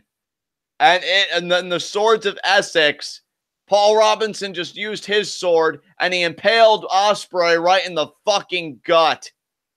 And now the London Riots are looking to take advantage, catching Ospreay. Oh, my God, the power bomb. And he kicks out! What? Yes, Will. Oh, my God, I love this man. Who the hell would Ospreay even go after the titles with? Isn't he going to have to find a different partner? We're not going to have to worry about that. The London Riots are still winning this. There is no way. I mean, the idea that Ospreay even kicked out shocks the hell out of me, but that might have just been instinct. Maybe Will wins and then Mark Andrews loses tonight and we get Will and Andrews together. I can't even believe Ospreay's still in this. I can't even believe... No, he's going to get caught. Double ass cutter! Oh my God, no way! No way! Yes, Will! What? Is this man going to do what 2 men couldn't? 2! Oh my God! I love this man! Oh my God. Ospreay is something. His partner walks out on him and he's just saying, fuck it. I'm winning anyway. And oh my God. Oh my God. Rob Lynch's positioning. Oh my God. Davis is still out from the Os cutter. Oh my God. Ospreay trying to get it together here. Davis, he's in the corner. He could do something. Ospreay is so discombobulated though. He is so discombobulated. 450? No, he rolls through. Davis, though, back elbow from Ospreay. No, in this. Oh, caught. Spear. Oh, the spear. That's like last chapter. That's it. 2, 3. There it is. All the credit in the world to Ospreay, but when you're 2 men that look like the London Riots and perform like the London Riots do, like, it's just insurmountable. And oh my God, hey, number 1 contenders. Number 1 contenders against FSU down the line. And if I'm Eddie Dennis and Mark Andrews, and especially knowing that the London Riots have that association with Jimmy Havoc, I mean, FSU is in it deep right now. Great win by the London Riots, but what a performance by Will Ospreay. Paul Robinson stabbing him in the back.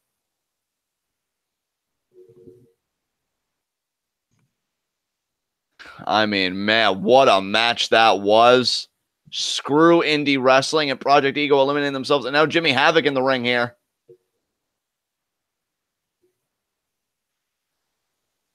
Oh, my God. Oh, wow, Jimmy Havoc saying, fuck every single one of us. Tell us how you really feel, Jimmy.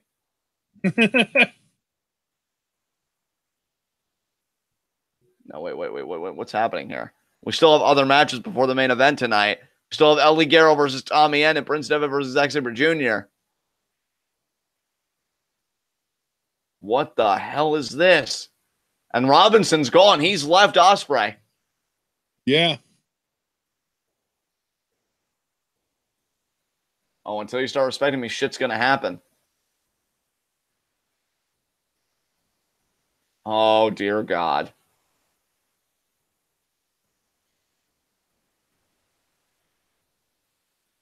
Oh, Jimmy, you're a cunt.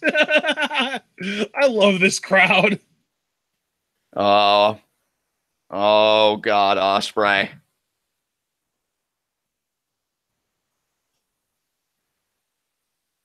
Oh, Jesus, Ospreay. Ospreay, the sacrificial lamb for Jimmy Havoc's point.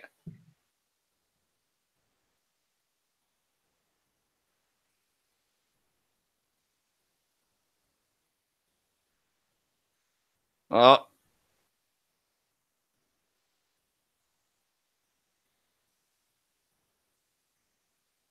I'm going to try and fucking kill him, he says. That was about Mandrews, though.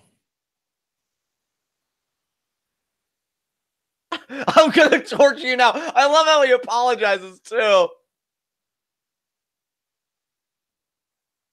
This isn't your fault. This is Jim Smallman's fault. Oh, my God. Folks, you may want to put the kids to bed because this is about to really get fucking ugly. Holy shit, he has a literal switchblade. Oh, my God. What the hell? Ospreay's just like, oh, fuck. Yeah. Ospreay's rolling out. Yeah, he's getting out. Yeah. Attaboy, Ospreay. Oh, wait, whose music just hit? Oh. Oh, God. And, oh, my God. Oh, and he's still got that blade. This is stuck in the middle with you. Holy shit. Oh, my God. I don't think this is any particular individual's theme song. Well, is that Danny Garnell? Yeah, it's Garnell, Andrews, and Eddie Dennis. Actually, I don't think that's Garnell. I think that's Dunne. I mean, this is just getting crazy now. I think that's young Pete Dunne. FSU chance.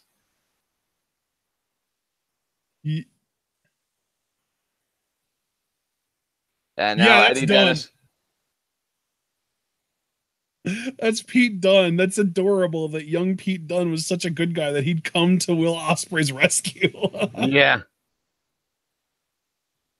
And Jimmy Havoc shooting his mouth off. I feel like these days he'd be like, yeah, Jimmy, cut his ear off. Yeah. This crowd showing their support for Ospreay. I mean, Ospreay's had it rough the last two chapters. He's out of the Natural Progression Series. He's out a tag team partner. What the fuck? And Jim Smallman's going to have a lot to answer for here.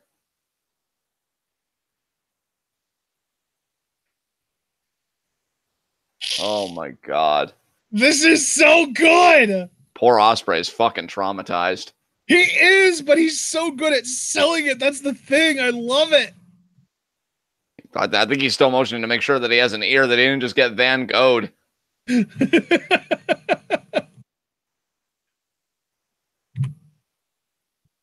And now we're finally, perhaps a bit uncomfortably, going to go to our next matchup here. Ligero versus Tommy End. I'm looking forward to this match, man. I know you are too. I'm just saying, like, this is going to be a lot of fun. Absolutely. And now, Ligero here. Looking fired up. Ligero looking to get back on a good track. Tommy End looking to stay on the track that he's on. You know, he was victorious last chapter. Got an impressive win there. I believe that was against Paul Robinson. And Tommy End looking to maintain that momentum. If he could beat a former Progress champion, the second ever Progress champion in El Ligero, that would really make a lot of waves for Tommy End in Progress.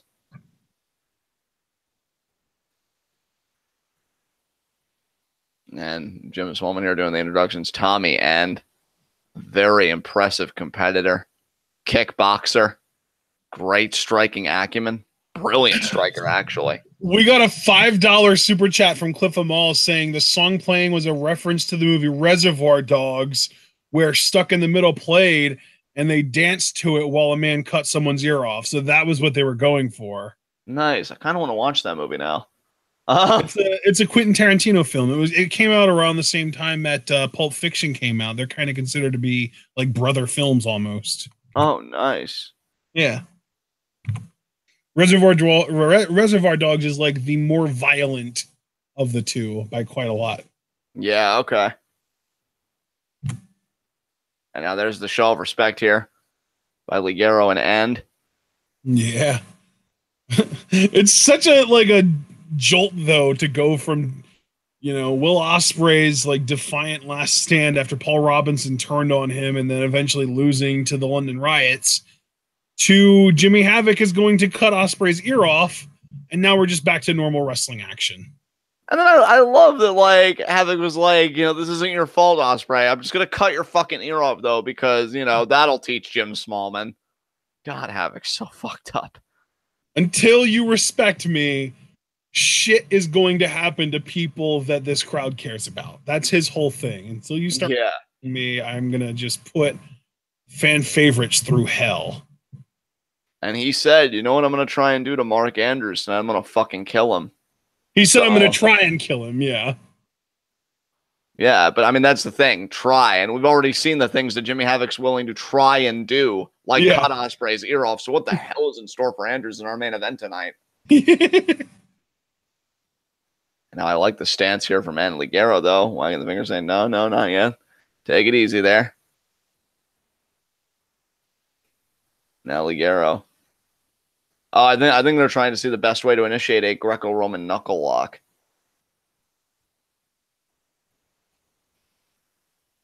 And now, undoing the wrist tape.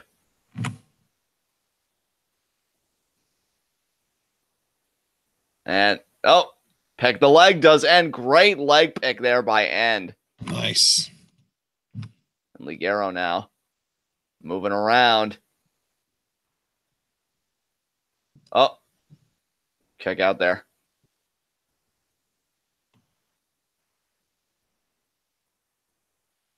And now, maybe try a lockup again here. We got another. Oh, no, thought we were going to get one.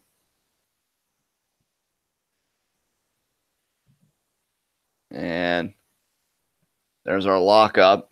Ligero fighting out. Cravat there. Nice. And now, hands clasped. Rolls through. Shoulder block there. Now Tommy in there. Gonna kind of move the arm around, get that blood flowing. These guys taking it slow. We're very much in first gear here. Both of these guys have a right to be cautious. I mean, El Ligero was in that four-way. I believe he was the one that got pinned. Because I don't believe Skrull was the one that got pinned. I do believe it was Ligero by Havoc. And Ligero's been on a bit of a losing streak. He lost that four-way championship bout. Prior to that, he lost to Noam Dar, a guy that he had beaten 2 straight times previously. The third time was the Charm for Dar, who we haven't seen since. Very much looking forward to seeing Dar again. But so Ligero again, it's to really get back on a winning track. And Tommy End would be an impressive win. Meanwhile, End, I feel like, has really been putting it together lately. And I think it's only a matter of time before he climbs in the ring with the Progress World Champion. Ligero off the ropes. Look at that. Caught the kitchen sink roll up. Kick out there by End. Ducks again. End with the cartwheel. Ligero ducks the kick. Off the ropes. There's the Rana. Tommy End there stunned. Off the ropes. Caught. No. Forearm right to the face. Cross body over the rope. Ligero measuring him. Caught again. Oh, belly. Oh, what a knee. Again, that striking acumen of End can put an end to any matchup. Pun completely intended. And now getting into it. He's feeling himself. I know Dean Ambrose used to say that he used to love getting punched in the face because that's how he knew he was in a fight. That's how he knew, okay, this match is going. All right, we're in it. And I feel like, and there having that little exchange with Ligero, that said to him, okay, we're in it. Now I'm really going to come unglued here. Kick out again there by Ligero. I never did ask you who you had to win this match, partner. Do you got anybody you're favoring right now? Yeah, I gotta just based on what we've seen so far and everything that we've seen between both of these competitors throughout Progress, I just gotta go with the guy that's been around longer, the guy that's a little bit more established in Progress, and that's Ligero. Interesting. I'm going with End. End is undefeated so far, isn't he? No, End has suffered a loss. I believe he lost to Rampage Brown. Rampage, yeah, that's right. I forgot about that. And see, again, I try and have the best memory possible with Progress. Snap suplex there, float over there by End. Quick kick out there by Ligero. I do believe this is a what have you done for me lately business. And lately, Ligero has been on a downward trajectory. Meanwhile, I think End's kind of figured it out a little bit. So, I look at that. And I think, and again, I look at End as a future #1 contender for the Progress Championship. I think beating, again, the second ever champion would go a long way towards the actualization of that goal. And look at this. End's got the body scissors, but also notice the placement of his one hand on the wrist and the other hand almost acting like a claw on the shoulder. Now he's going to give up the wrist, but he's really going to commit more to the body scissors. As Ligero there with the back elbows. And End almost looked peeved on that third one, like, come on, man. And Ligero off the ropes. Oh. What a kick. Almost like a kitchen sink, almost. And Ligero just crumples. And he's going to roll out of the ring and get that distance. The precision of End strikes, man. Just unbelievable.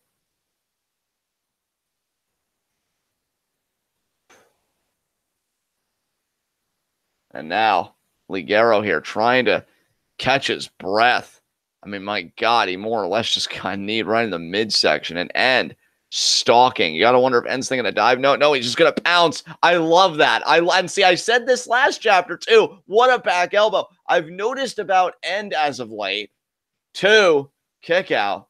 I've noticed about End as of late that sense of urgency that he has to get the job done. Yep. I think that goes such a long way. And you notice Ligero got back in, didn't waste a moment. Right on Ligero there to make his next move. And now just a thrust in the corner, right into the midsection of Ligero. Irish whip.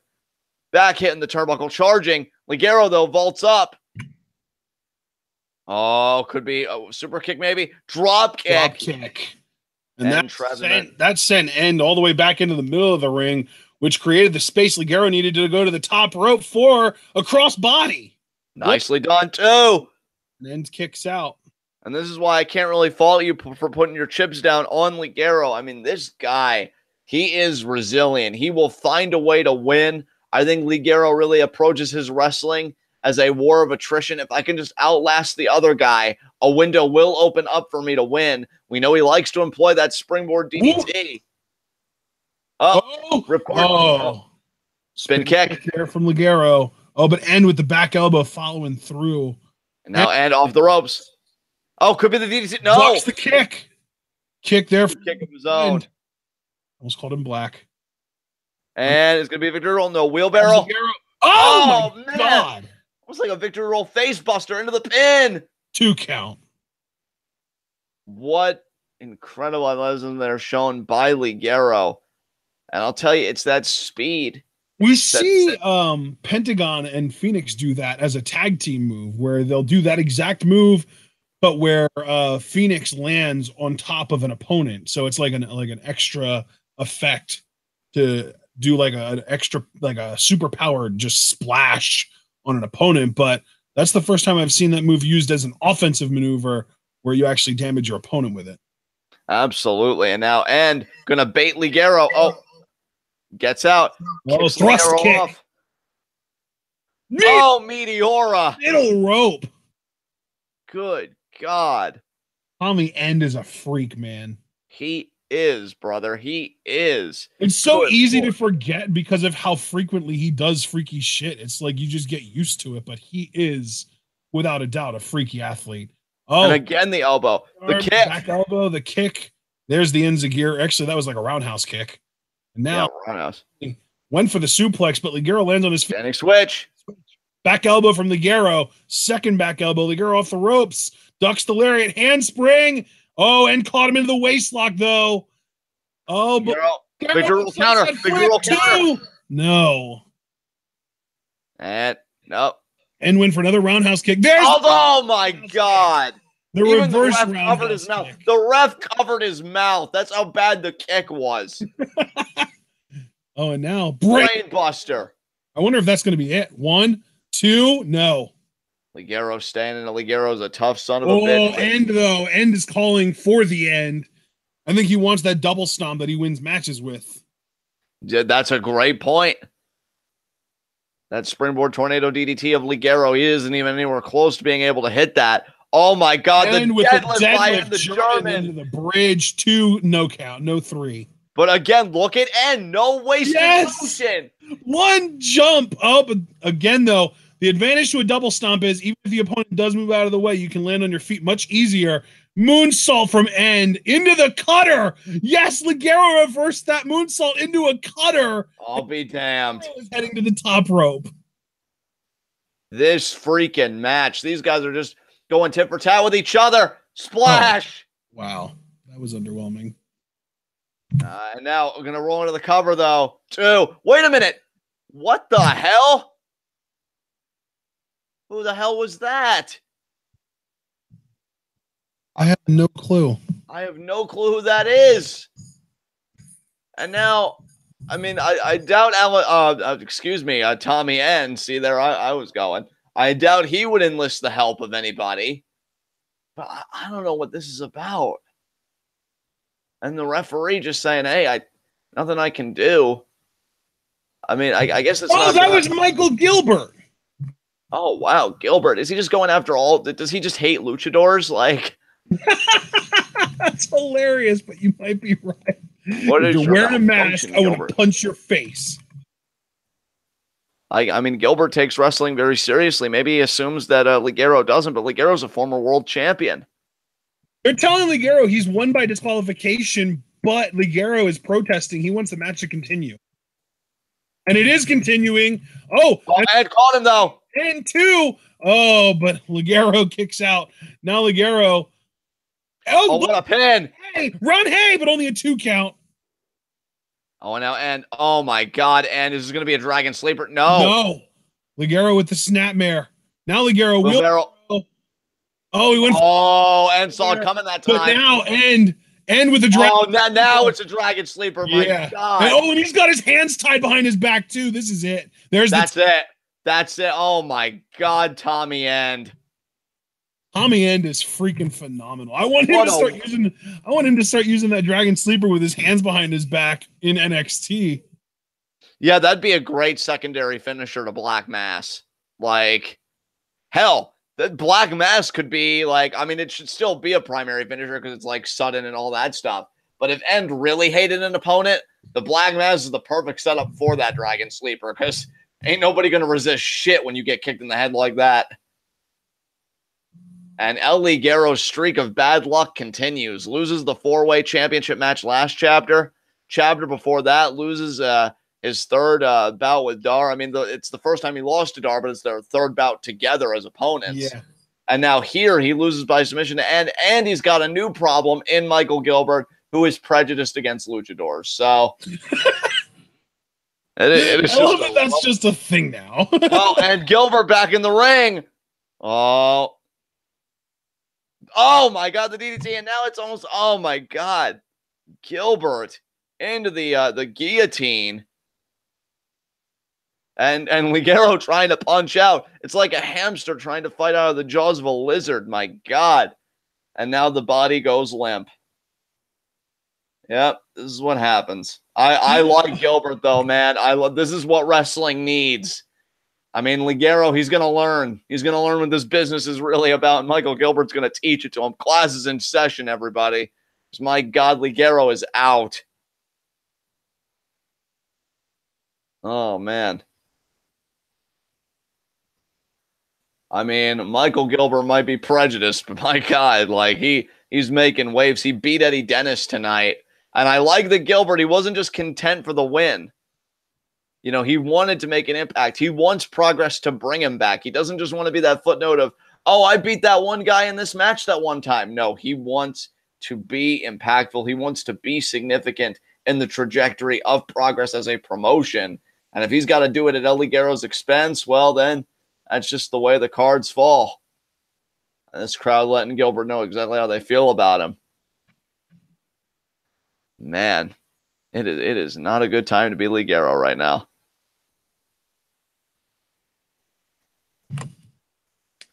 Well, partner, we have got 2 matches left.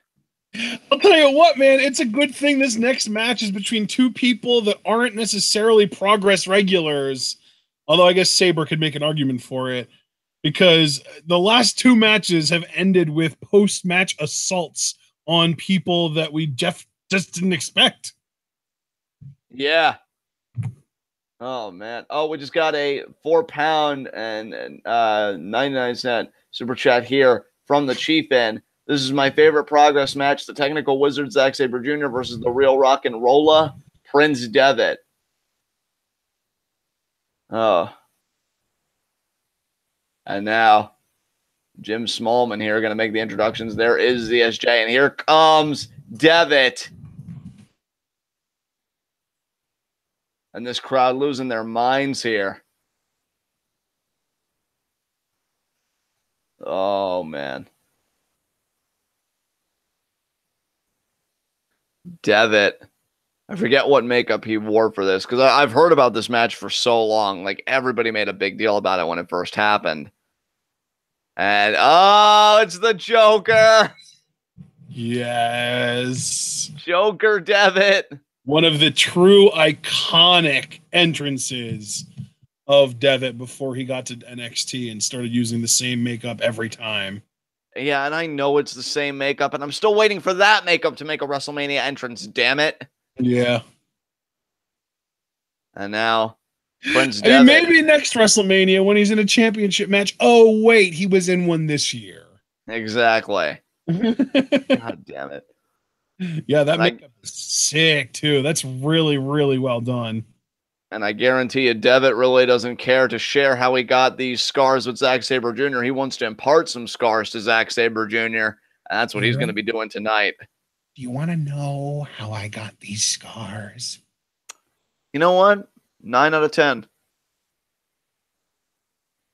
And now, Devitt just looking right at Zack Sabre Jr. This is going to be one hell of a match. Yeah, it is. Look at the streamers. This is the first time we've seen streamers in Progress. Shit. I want to say back in Chapter 11, we had Zack Sabre Jr. face Jimmy Havoc for the Progress Championship with Marty Scurll as a special guest referee. Zack Sabre Jr. came up short in that endeavor. But if you want to get back on the right track, I couldn't think of a bigger win than being able to beat Prince Devitt here. We have this is awesome chance before the match even starts. Because they know how big a deal this is. They know what's about to go down. And I'll tell you, who you got your money on in this, partner? Oh, God. This is, you know what? I'm just going to bet on ZSJ in hopes that Progress says, like, oh, yeah, we'll bring Devitt in to put one of our guys over. Because ZSJ is basically a Progress guy at this point. Yeah, I'm gonna agree with you. I'm gonna go with Zack Sabre Jr. And he's looking confident. Although ZSJ is more a Rev Pro guy than a Progress guy. We'll kind of go there too. And Devitt, man, he is looking fucking game for this. I feel like Zach's always got one of those damn British wrestling championships around his waist, just from Rev Pro.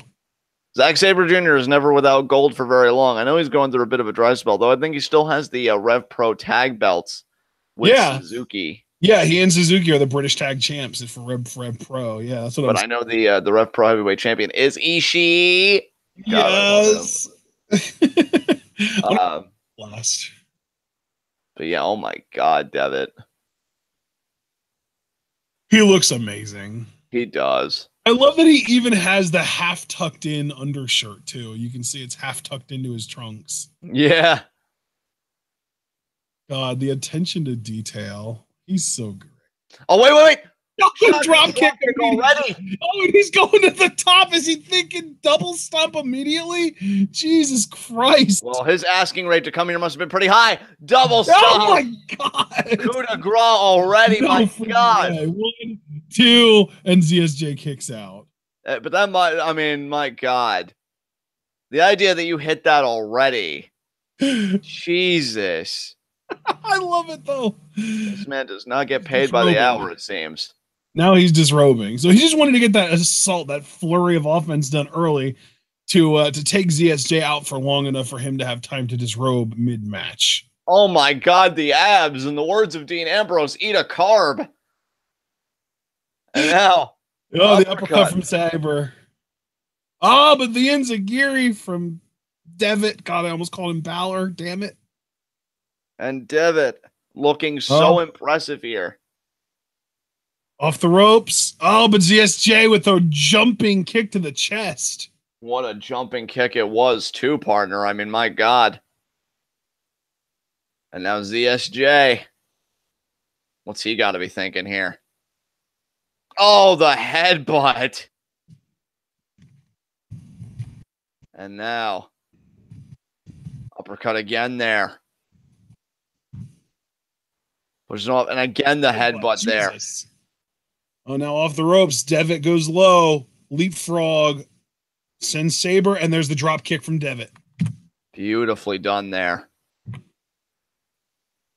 Oh, he pulls out another Joker card out of his trunks, I guess. He doesn't really oh, my God. Unless he pulled it out of his ass. Devitt just thinking, yep, I've got this well in hand, and now he's going to stick it after licking it on the head of Zack Sabre Jr. I'm guessing he wouldn't have licked it if he had it in his ass, so it was probably just in his trunks. I mean, wrestlers can be sick fucks, bruh. I know, that's something Tommy Dreamer would totally do. Yeah, and there's the kick there right to the arm. And now Zack Sabre Jr. might have finally gotten a foothold in this match. Now the hammerlock over the rope. And now Sabre, what a shoulder. Kick. Right to the shoulder, too. Yeah, targeting that arm. And hell, that's smart. You take out the shoulder of the arm, you take out Bloody Sunday, you take out 1916, it does limit Devitt's offense a bit. And now look at that, just going to take the leg down. And now, Jim Breaks special. Oh, my God. And now the knee right to the midsection there. All this confuses me. What was that, partner? I said all the Jim Breaks stuff confuses me. You get used to it after the 500 Zack Sabre Jr. match. And now he's got the wrist again. Oh, my God.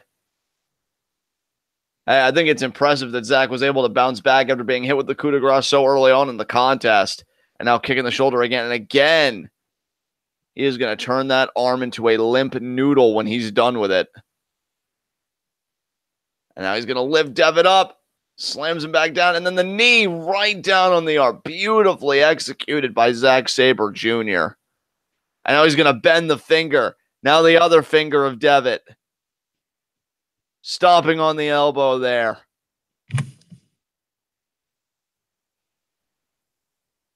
Well, and now referee telling Sabre, watch the fingers.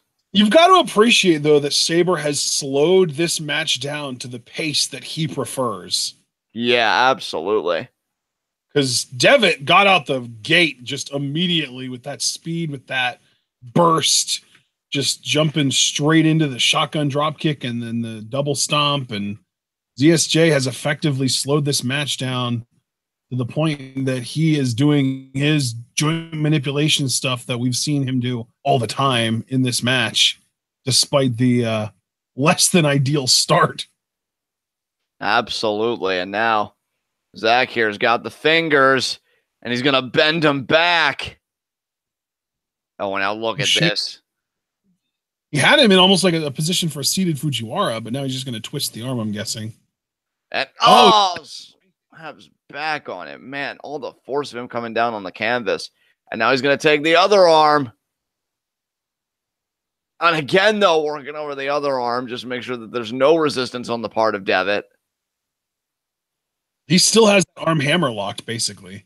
He does. I mean, God, you really see Zack Sabre Jr. work, and it makes perfect sense that he'd be in Suzuki-gun in New Japan presently. There's the forearm there. Oh, my God, wringing the arm out of Devitt. Devitt, though, there's with the chop, though. And now, Devitt here. Another chop again. And now, arm over the rope. And another chop there. Zack trying to stay in this thing. Devitt not making it easy for him, though. And another chop. Zack trying to fight through the pain. And again, Devitt, all four corners here, it feels like. Another chop. And that time, Zack goes down to one knee. And now Sabre going to walk over to the other corner. Devitt, though, follows him. No reprieve here for Sabre. Another chop. And the chop. Yeah. Devitt is making do with what he can do with that right arm only. He is trying to let that left arm recover as much as possible using only his right arm. He used the right arm to throw Sabre, and then he's using the right arm for the chops. But that also leaves him open to stuff like that. The boot from Sabre. And there's another chop from Devitt. He countered. Oh, but there's the running, jumping kick to the chest that Sabre did to Devitt earlier, except this time it was against the ropes and sent Devitt out of the ring. Oh, what's Zack Sabre Jr. thinking about here? He's not really the high-flying type. Probably a penalty kick. Yeah, you're probably right about that. PK! Yep. He got it. And now, Prince Devitt getting his ass kicked here by Zack Sabre Jr., the technical wizard. And now, I'm going to take a drink. You know, facing a guy really making his mark in Japan is thirsty work. Uppercut there. And now, Devitt taking a drink from a fan. Oh, and then a chop right back. I'm not sure if that was a chop or a back elbow. And now he's going to pull up the ring skirt. Oh, wait a minute here. The referee admonishing Devitt, you can't do that. Oh, he does. Chair to the butt. I mean, the ref didn't call for the bell. I'm assuming this is still going. We know in our main event tonight, anything will go because it's a ladder match. And shotgun drop kick. God. ZSJ just got destroyed. Yeah, he really did. Now Devitt gets back in the ring. He might win this thing by count out. He might. I mean, Sabre ain't got any life to give right now. My God.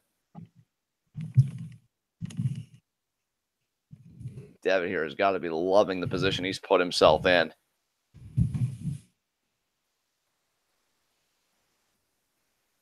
And now,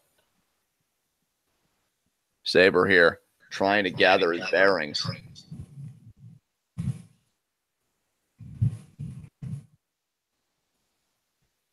And now the ref really just checking on Sabre. Can he still go?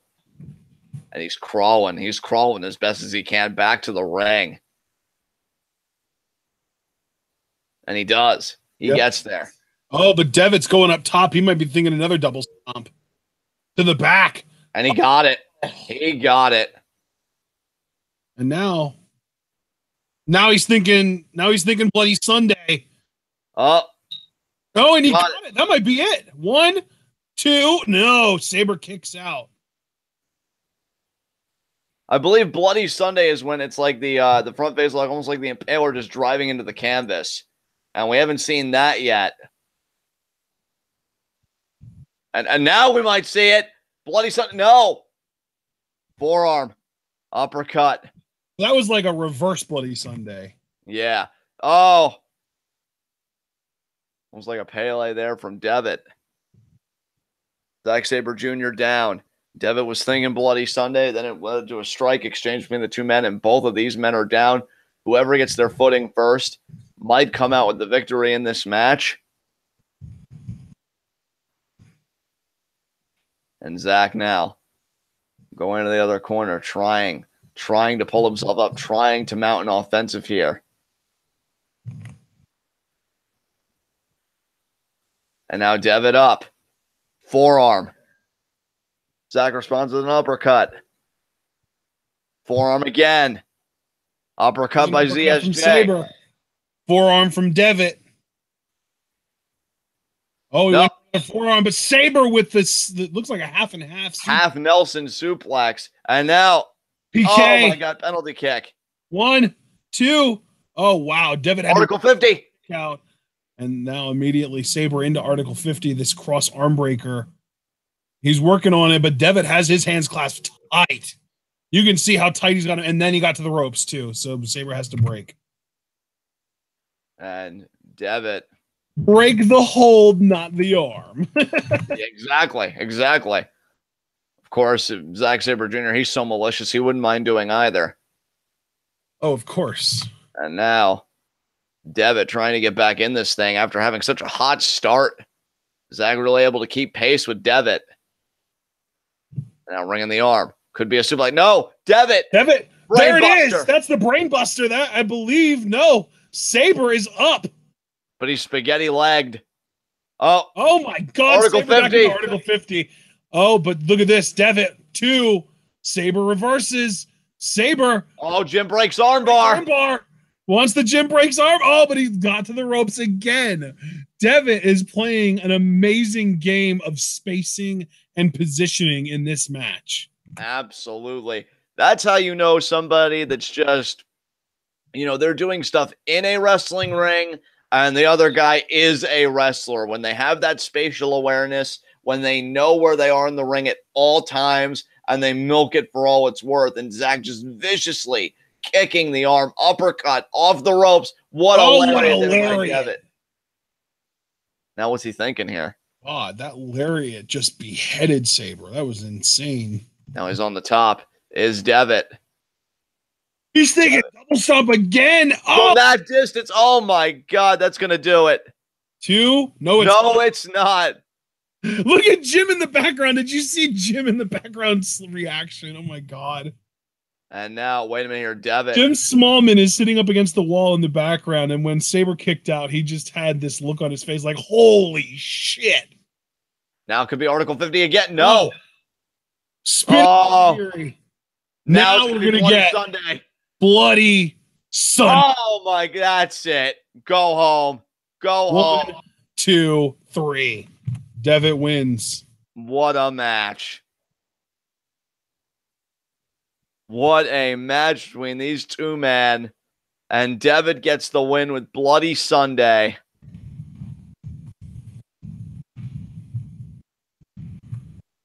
Man. Unbelievable.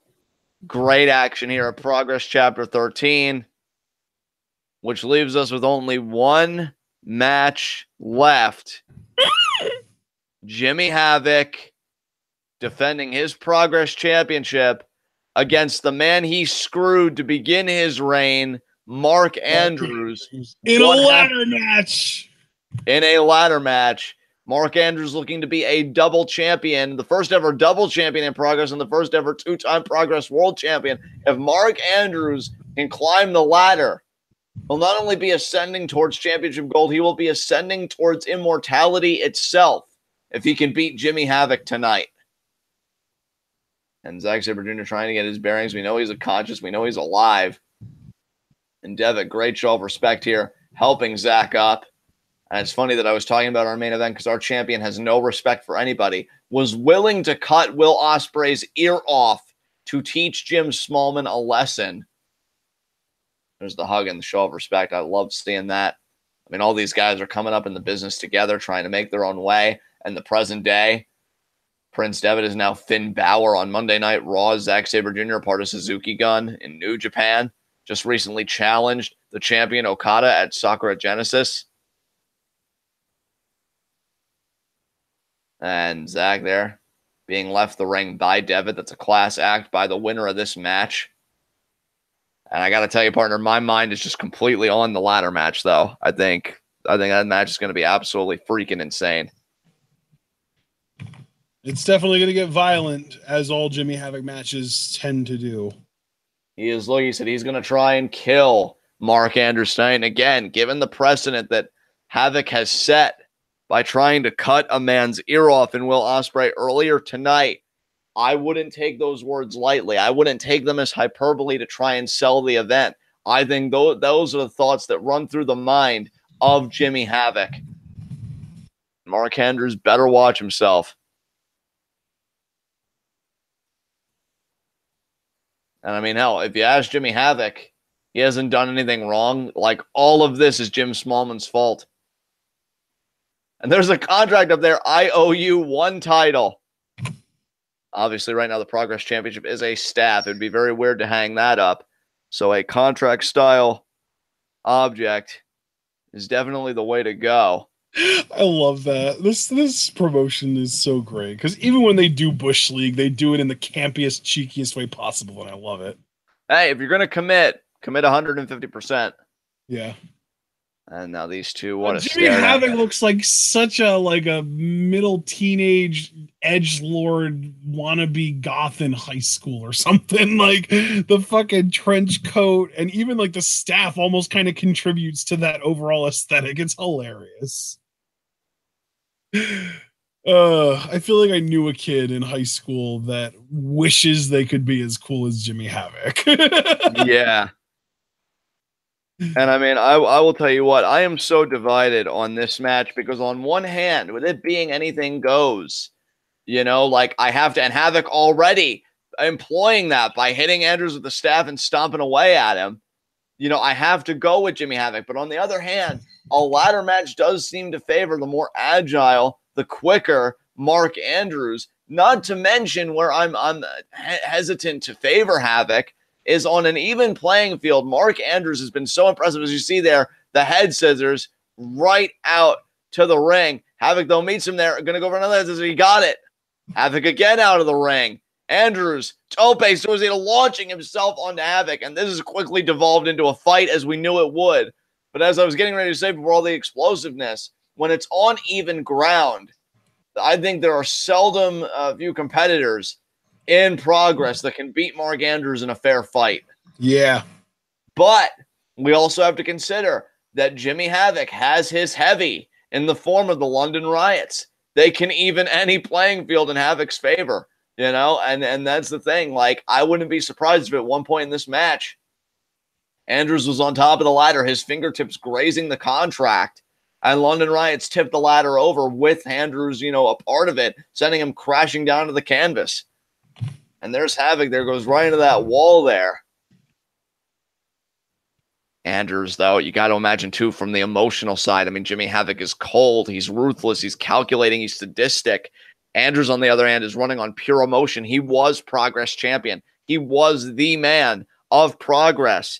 And all he's thought about is getting it back. And that emotion has driven him to become one half of the first ever Progress tag champions with Eddie Dennis.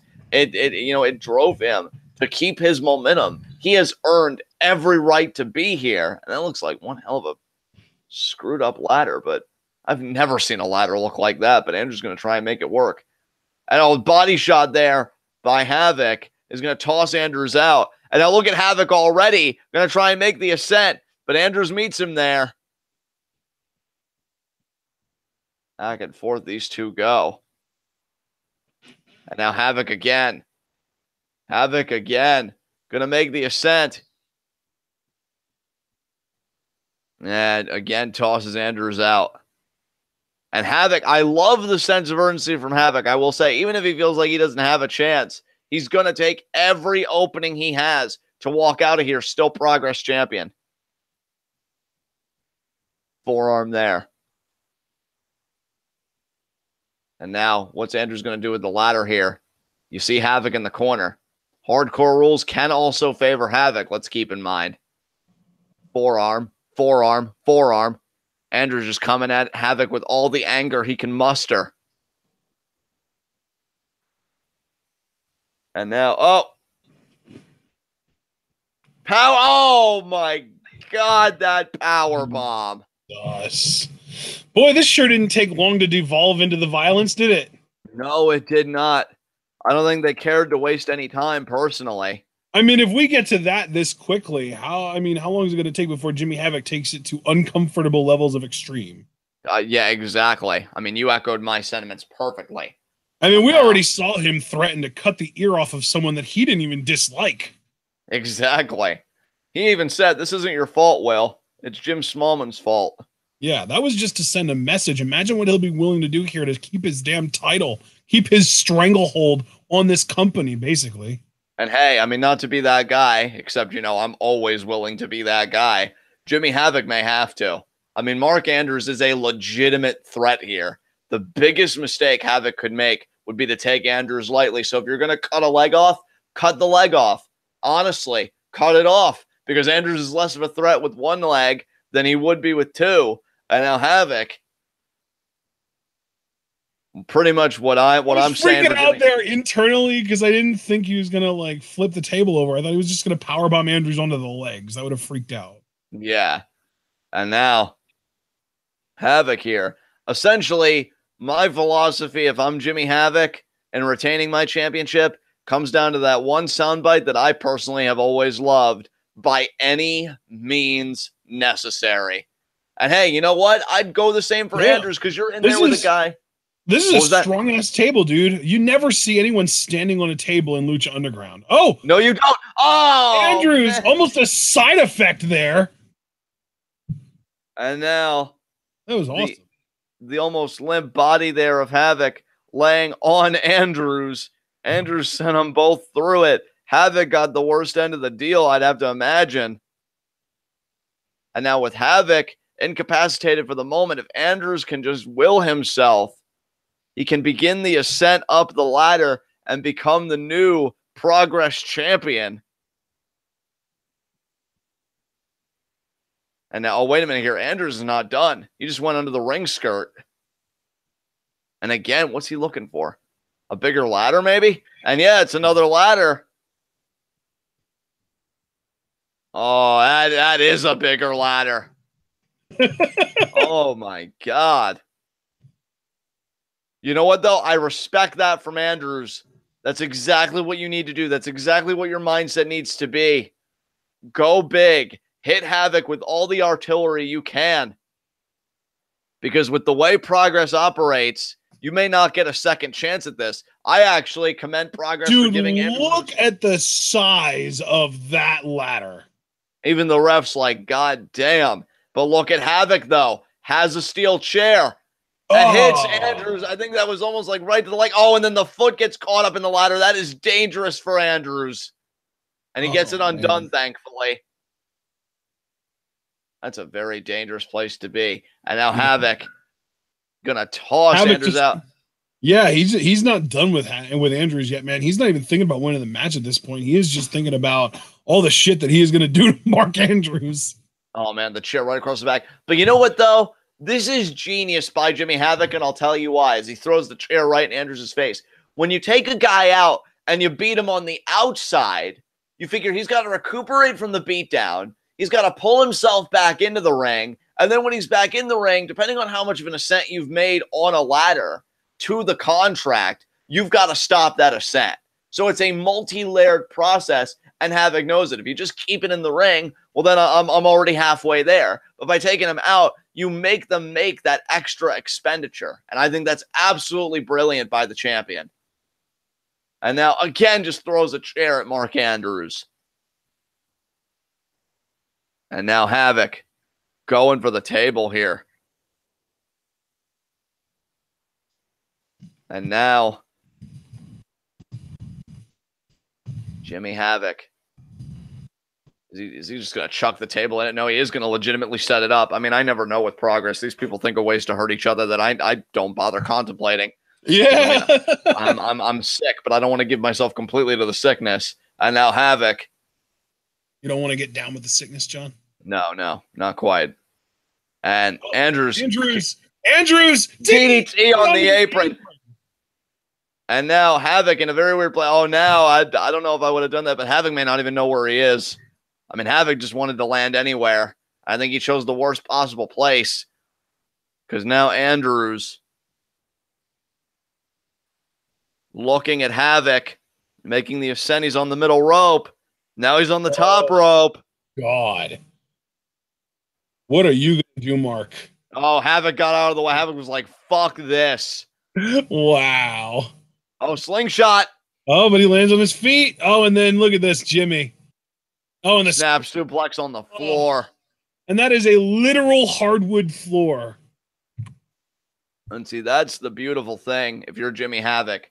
The steel chair has no bias. The ladder has no bias.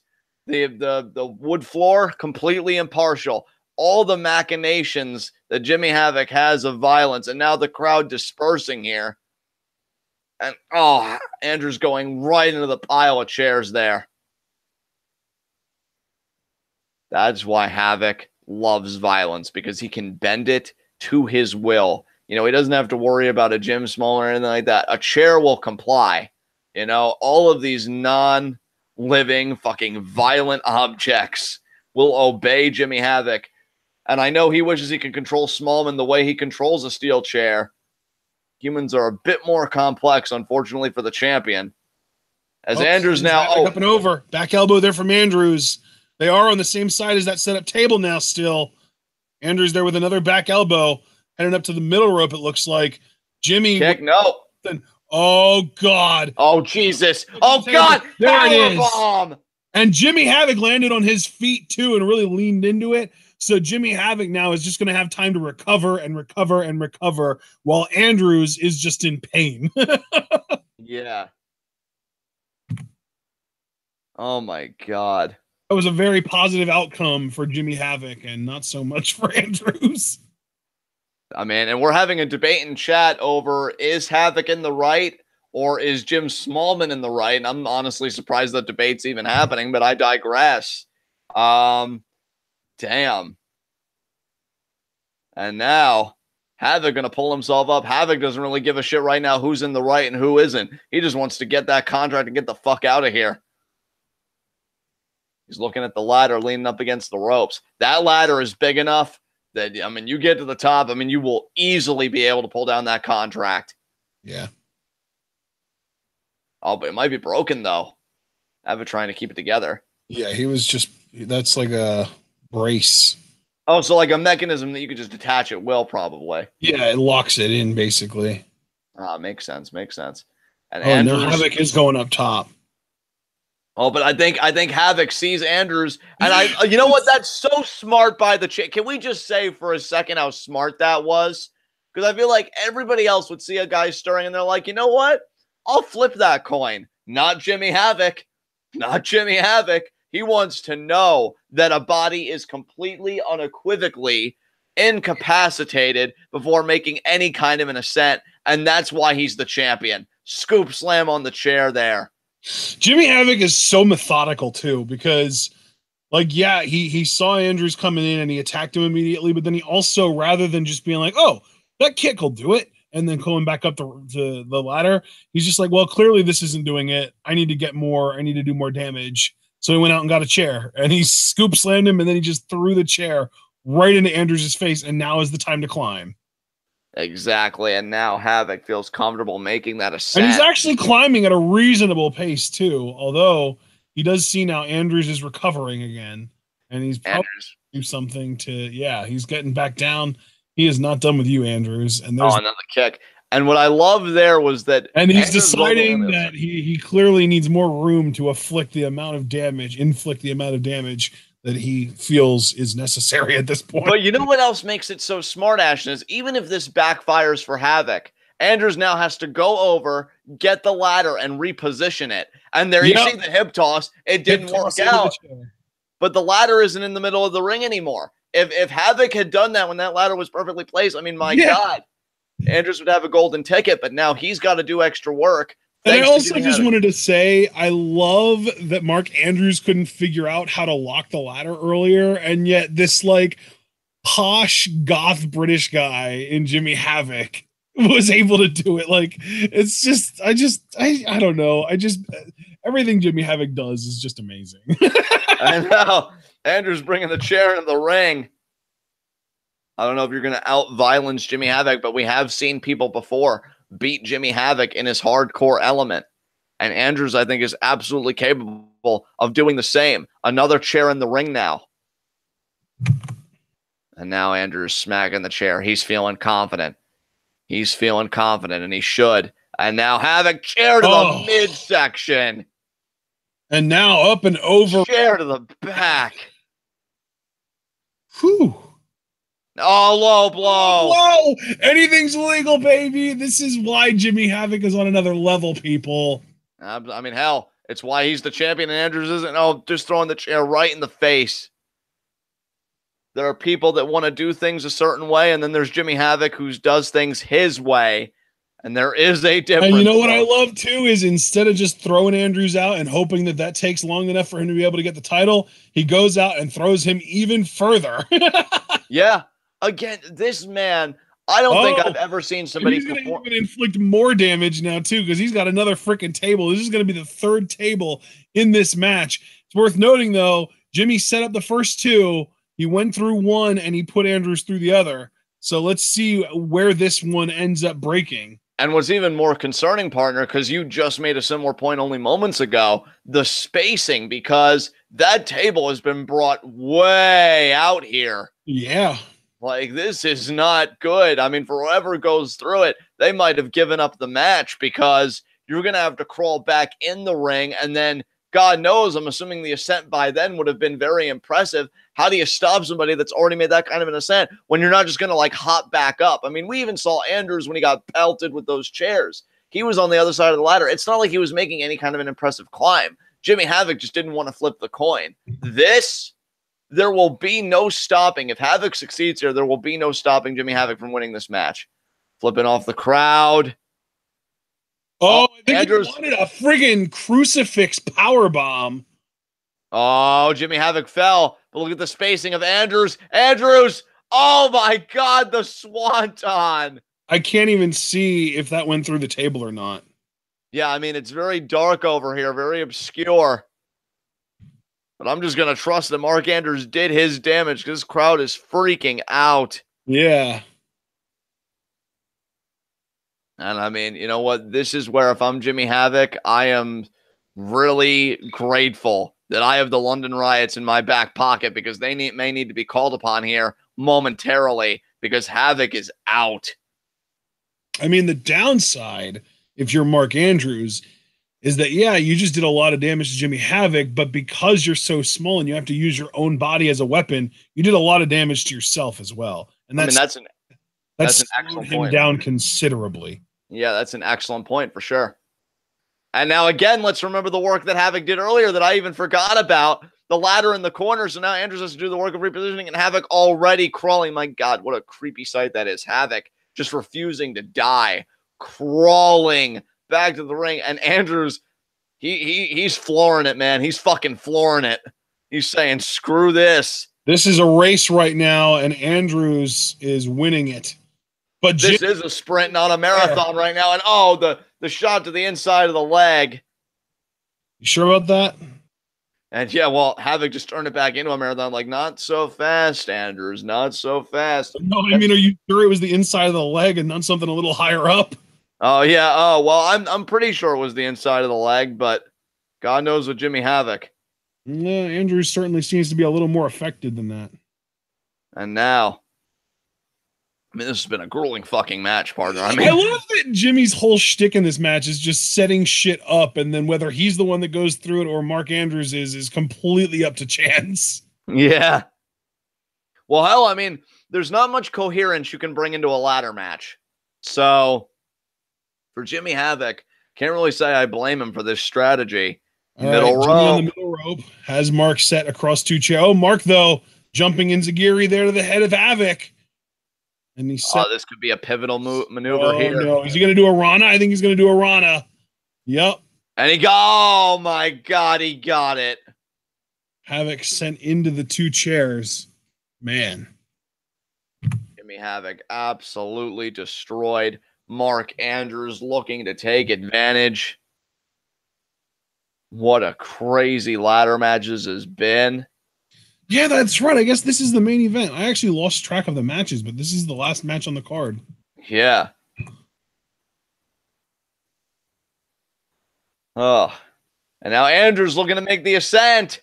Oh, he might be a little off center, though. I don't know if he's going to be able to get right up on the contract.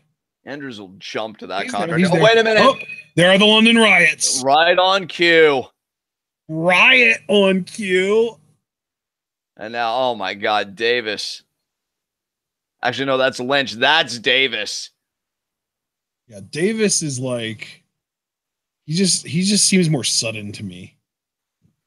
Now look at this. They're picking up Andrews. Oh my Davis's God. Strikes are like lightning quick.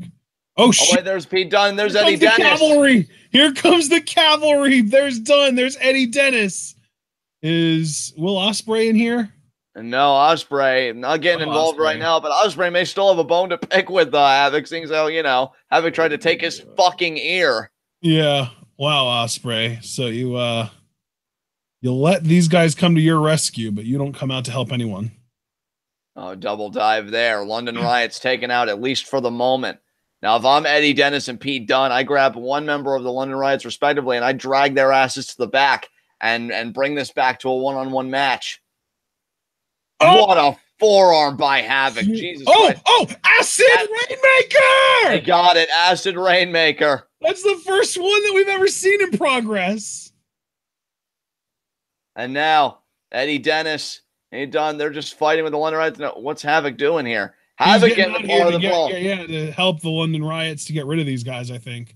Wow, that actually says a lot about Havoc that he's willing to help the London Riots, because I thought he'd look at that melee and say, well, dude, here's the thing, though. He's doing this because he sees it as if he can get rid of these guys, it can be him and the London Riots just against Andrews 3-on-1. Oh, but Andrews looking at everybody. Dumb decision, and he's going to jump off this ladder and do some kind of flying something or other onto everybody, even though he's literally with his back to the contract right now. And crossbody on everybody. But given this is why you don't deserve to win, Mark.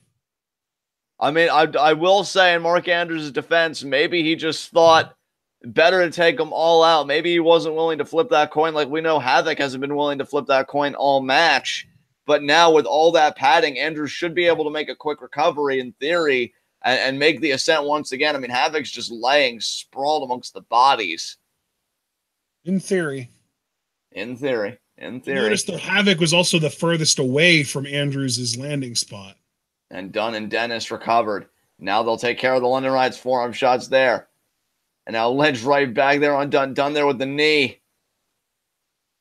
Oh, Lynch picking up Dunne. And now the front face like in guillotine position. Now just the right hands. Dennis and Davis. Davis into the ring apron. Dennis, of course, the best friend of Mark Andrews. They are tag team champions together. And now Dunne again. This thing is just broken down here. But they got him out of the ring, and now all we have is the original two performers that were in this match, Jimmy Havoc and Mark Andrews, and they are both very slowly recovering. And now Havoc and Andrews, what are they going to do? And now another table. Another table. My God. Well, we've seen 3. This is number 4, right? Yeah, I believe that's correct. I'm assuming that the senton on the outside from the stage was through a table, even though we didn't really see it. And now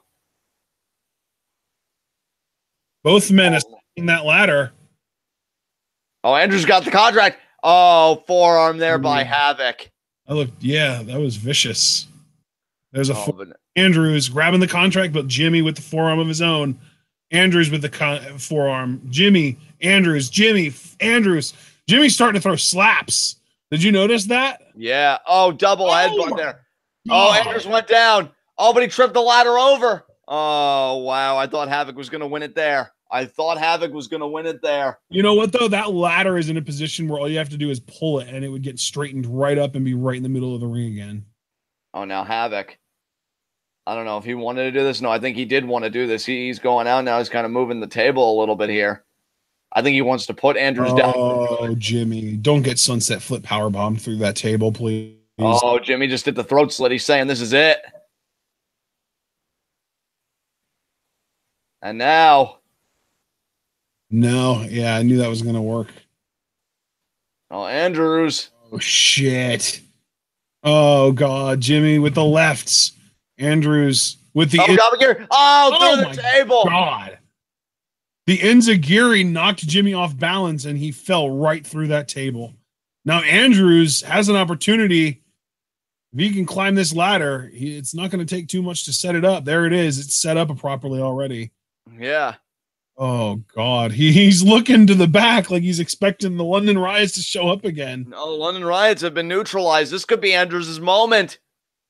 What? Oh! Paul Robinson! Paul Robinson, the chair! See, Will, this is why you should have come out to help. Yeah. Chair shots to the back. Paul Robinson, not only has he screwed Will Ospreay, but now looking to do the same, and now helping Jimmy Havoc up. Havoc looks just as confused as anybody else, and now shakes the hand, hugs Paul Robinson. What the hell is this? What the hell is this? Andrews is about to get screwed again, but you can't even really say that by all accounts because it's a no DQ match. Yep. Oh, and now God. Jimmy Havoc is unscrewing the clipboard from the ceiling. Yeah, he just ripped it off. He ripped it. That should do it. I mean, that's it.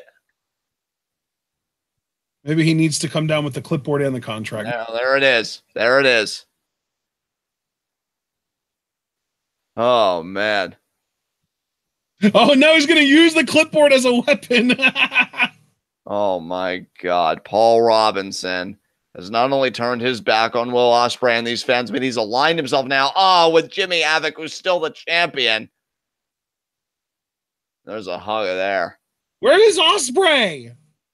I don't know where the fuck getting. I mean, this right here. I mean, I'm not a huge fan of the champion not defending the title on a big chapter show, but this, I mean, I would be so down for Jimmy Havoc and Paul Robinson versus Ospreay and Andrews. That'd be amazing. Yeah. And the story calls for it too. And now referee checking on Andrews. Andrews in very familiar territory, having been obliterated by Jimmy Havoc. And I just, once again, Mark Andrews got screwed. And Paul Robinson now has aligned himself with the champion. And I don't even know what that means for progress. Can't mean anything good. And now this crowd looking on. I mean, what a ladder match this was. You got to wonder what Jim Smallman's going to do in response to this. Wait, Jim Smallman has a mic. I don't know if Jim Smallman's going to say anything or... Now Eddie Dennis checking on Mark Andrews.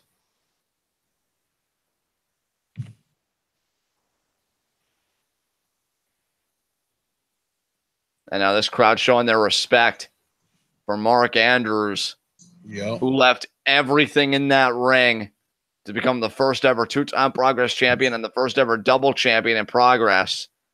And he just couldn't get it done thanks to Paul Robinson. Paul fucking Robinson. Paul fucking Robinson.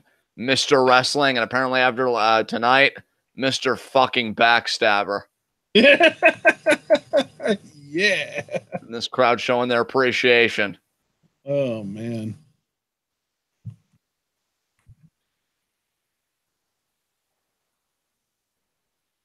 Still chanting Progress champ. Except he doesn't have the staff to show for it. But for these people have anointed Mark Andrews as their Progress champ. Yeah, I love what Paul said in chat. Ospreay is driving over the speed limit out of there. That's what I'd do if someone tried to cut off my ear. Yeah. Right, Paul. That's a good point. And now Dunne and Dennis helping Andrews out of here. It's just so adorable. Young Pete Dunne being such a good person. And oh, man. This was a really fun show. I enjoyed the hell out of this show. And now Jim Smallman giving his nod to Mark Andrews as well. I don't think we're going to get any announcements for the next chapter or whatever. I think Jim Smallman's got some thinking to do. But guys, that was chapter. Like, I can tell you what the main event of chapter 14 is. What is the main event of chapter 14? Well, okay, so the main event isn't the championship match, but I can tell you what the championship match is for chapter 14. Well, what is the championship match and the main event? What do we got? Well, the main event is Samoa Joe versus Rampage Brown. Damn, yes. But the championship match is Jimmy defending against Noam Dar. Oh, Dar getting his shot, dude. Yes. Yeah. All right, guys. Well, that was on the next show. We're also going to be getting FSU defending the tag titles against the London Riots. Okay. All right. Mark Andrews. And we're going to be getting the Natural Progression Series quarterfinal three-way match to see who's going to be the last person, I believe, in the semifinals. And that's three guys we've never heard of before. Ollie Armstrong, Chuck Mambo, and William Ever. Oh, no, I think we've seen Bill Ever before. Yeah, no, that's it's very interesting, man. That chapter sounds like it's going to be sick. So with that said, next chapter is called Thunder Bastard. Ooh, I like that. And it's because they're introducing a new match concept. It is a #1 contendership, 8-man Thunder Bastard match. Would you like to hear the competitors? Sure. Will Ospreay, Danny Garnell, Danny Allen, Joey Lakeside, Styx, Paul Robinson, Mike Hitchman, and Marty Skrull. Yes. All right. Well, I want to thank everybody that came out to join us today for Progress Live Reactions. And with that said, I'm just going to hand it over to you, Ashton, to take us home. Absolutely, ladies and gentlemen. We hope that you all enjoyed this live reaction. We hope that you enjoyed the show. We hope that you were able to watch along with us since it is up on YouTube. If you're watching this video and you weren't here live and for some reason they have removed the video, I would definitely encourage you to go to demandprogress.pivotshare.com and get you some progress on demand. It's $7.49 a month. You can do that. And hey, while we're talking money here, you can always donate to our Patreon to allow us to continue live reacting to Progress every week of every month. That will help us in a major way. And if you only donate $3 a month, that's fine, because that'll get you into the Discord. That'll accumulate over time, allow you to request live reactions to wrestling shows of your choosing. And it will also be helpful in contributing to the community goal to ensure that we do continue live reacting to Progress. So that's very helpful. If you're also interested in merchandise, we do have a Teespring store. You can check that out in the description. Finally, remember to follow us both on Twitter and like the Facebook page, as well as liking this video. Leave a comment. Let us know what you thought about the show and our reactions. Subscribe to the channel if you haven't already. And remember to click the bell icon to get notified every time we go live or upload a video. And finally, remember to share this video and this channel with all of your wrestling fan friends to let them in on the best kept secret in the YouTube wrestling community, the workhorses of the YWC. And ladies and gentlemen, we have live reactions to Judgment Day 2009 tomorrow. That was a Patreon request. And Thursday, we are moving Q&A up an hour. That is going to be at 6 p.m. Eastern time now, because as soon as we are done Q&A on Thursday, we are going live with another live event, live reacting to the first round of the 2018 NFL Draft, just like we did last year. We started last year. We might as well make it a yearly trend. The first round is always a lot of fun and a lot of hype, and I have a lot of things to say. And I know that a lot of the people that follow Twitwell are also fans of football and the NFL and the draft and the stuff like that. And we had a lot of requests for us to do the reactions last year. So we figured we would just continue the trend going forward. So that's Thursday. And then we don't have anything left for you guys that I know of until next week. And even next week, I don't know a whole hell of a lot that we have for you guys, because progress looks likely, but it is not guaranteed, unfortunately. We're kind of right on the border again, like we were a couple months ago when we ended up under the threshold.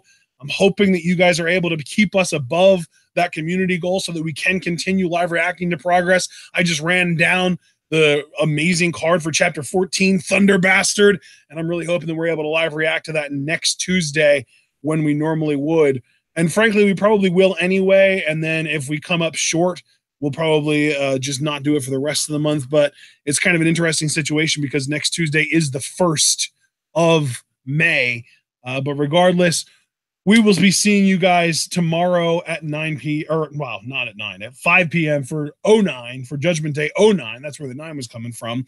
And then Thursday, 6 p.m. for Q&A, 8 p.m. or 8:30 or 9 p.m. or whatever works out, depending on how long we take with Q&A, for live reactions to the first round of the NFL Draft 2018. John, do I have anything left to mention? Did I forget anything, or are we done here, brother? I feel like we're done here, brother, so you can wrap this baby up. All right, ladies and gentlemen, we'll see you tomorrow or on Thursday or next Tuesday or whatever the hell ends up working itself out.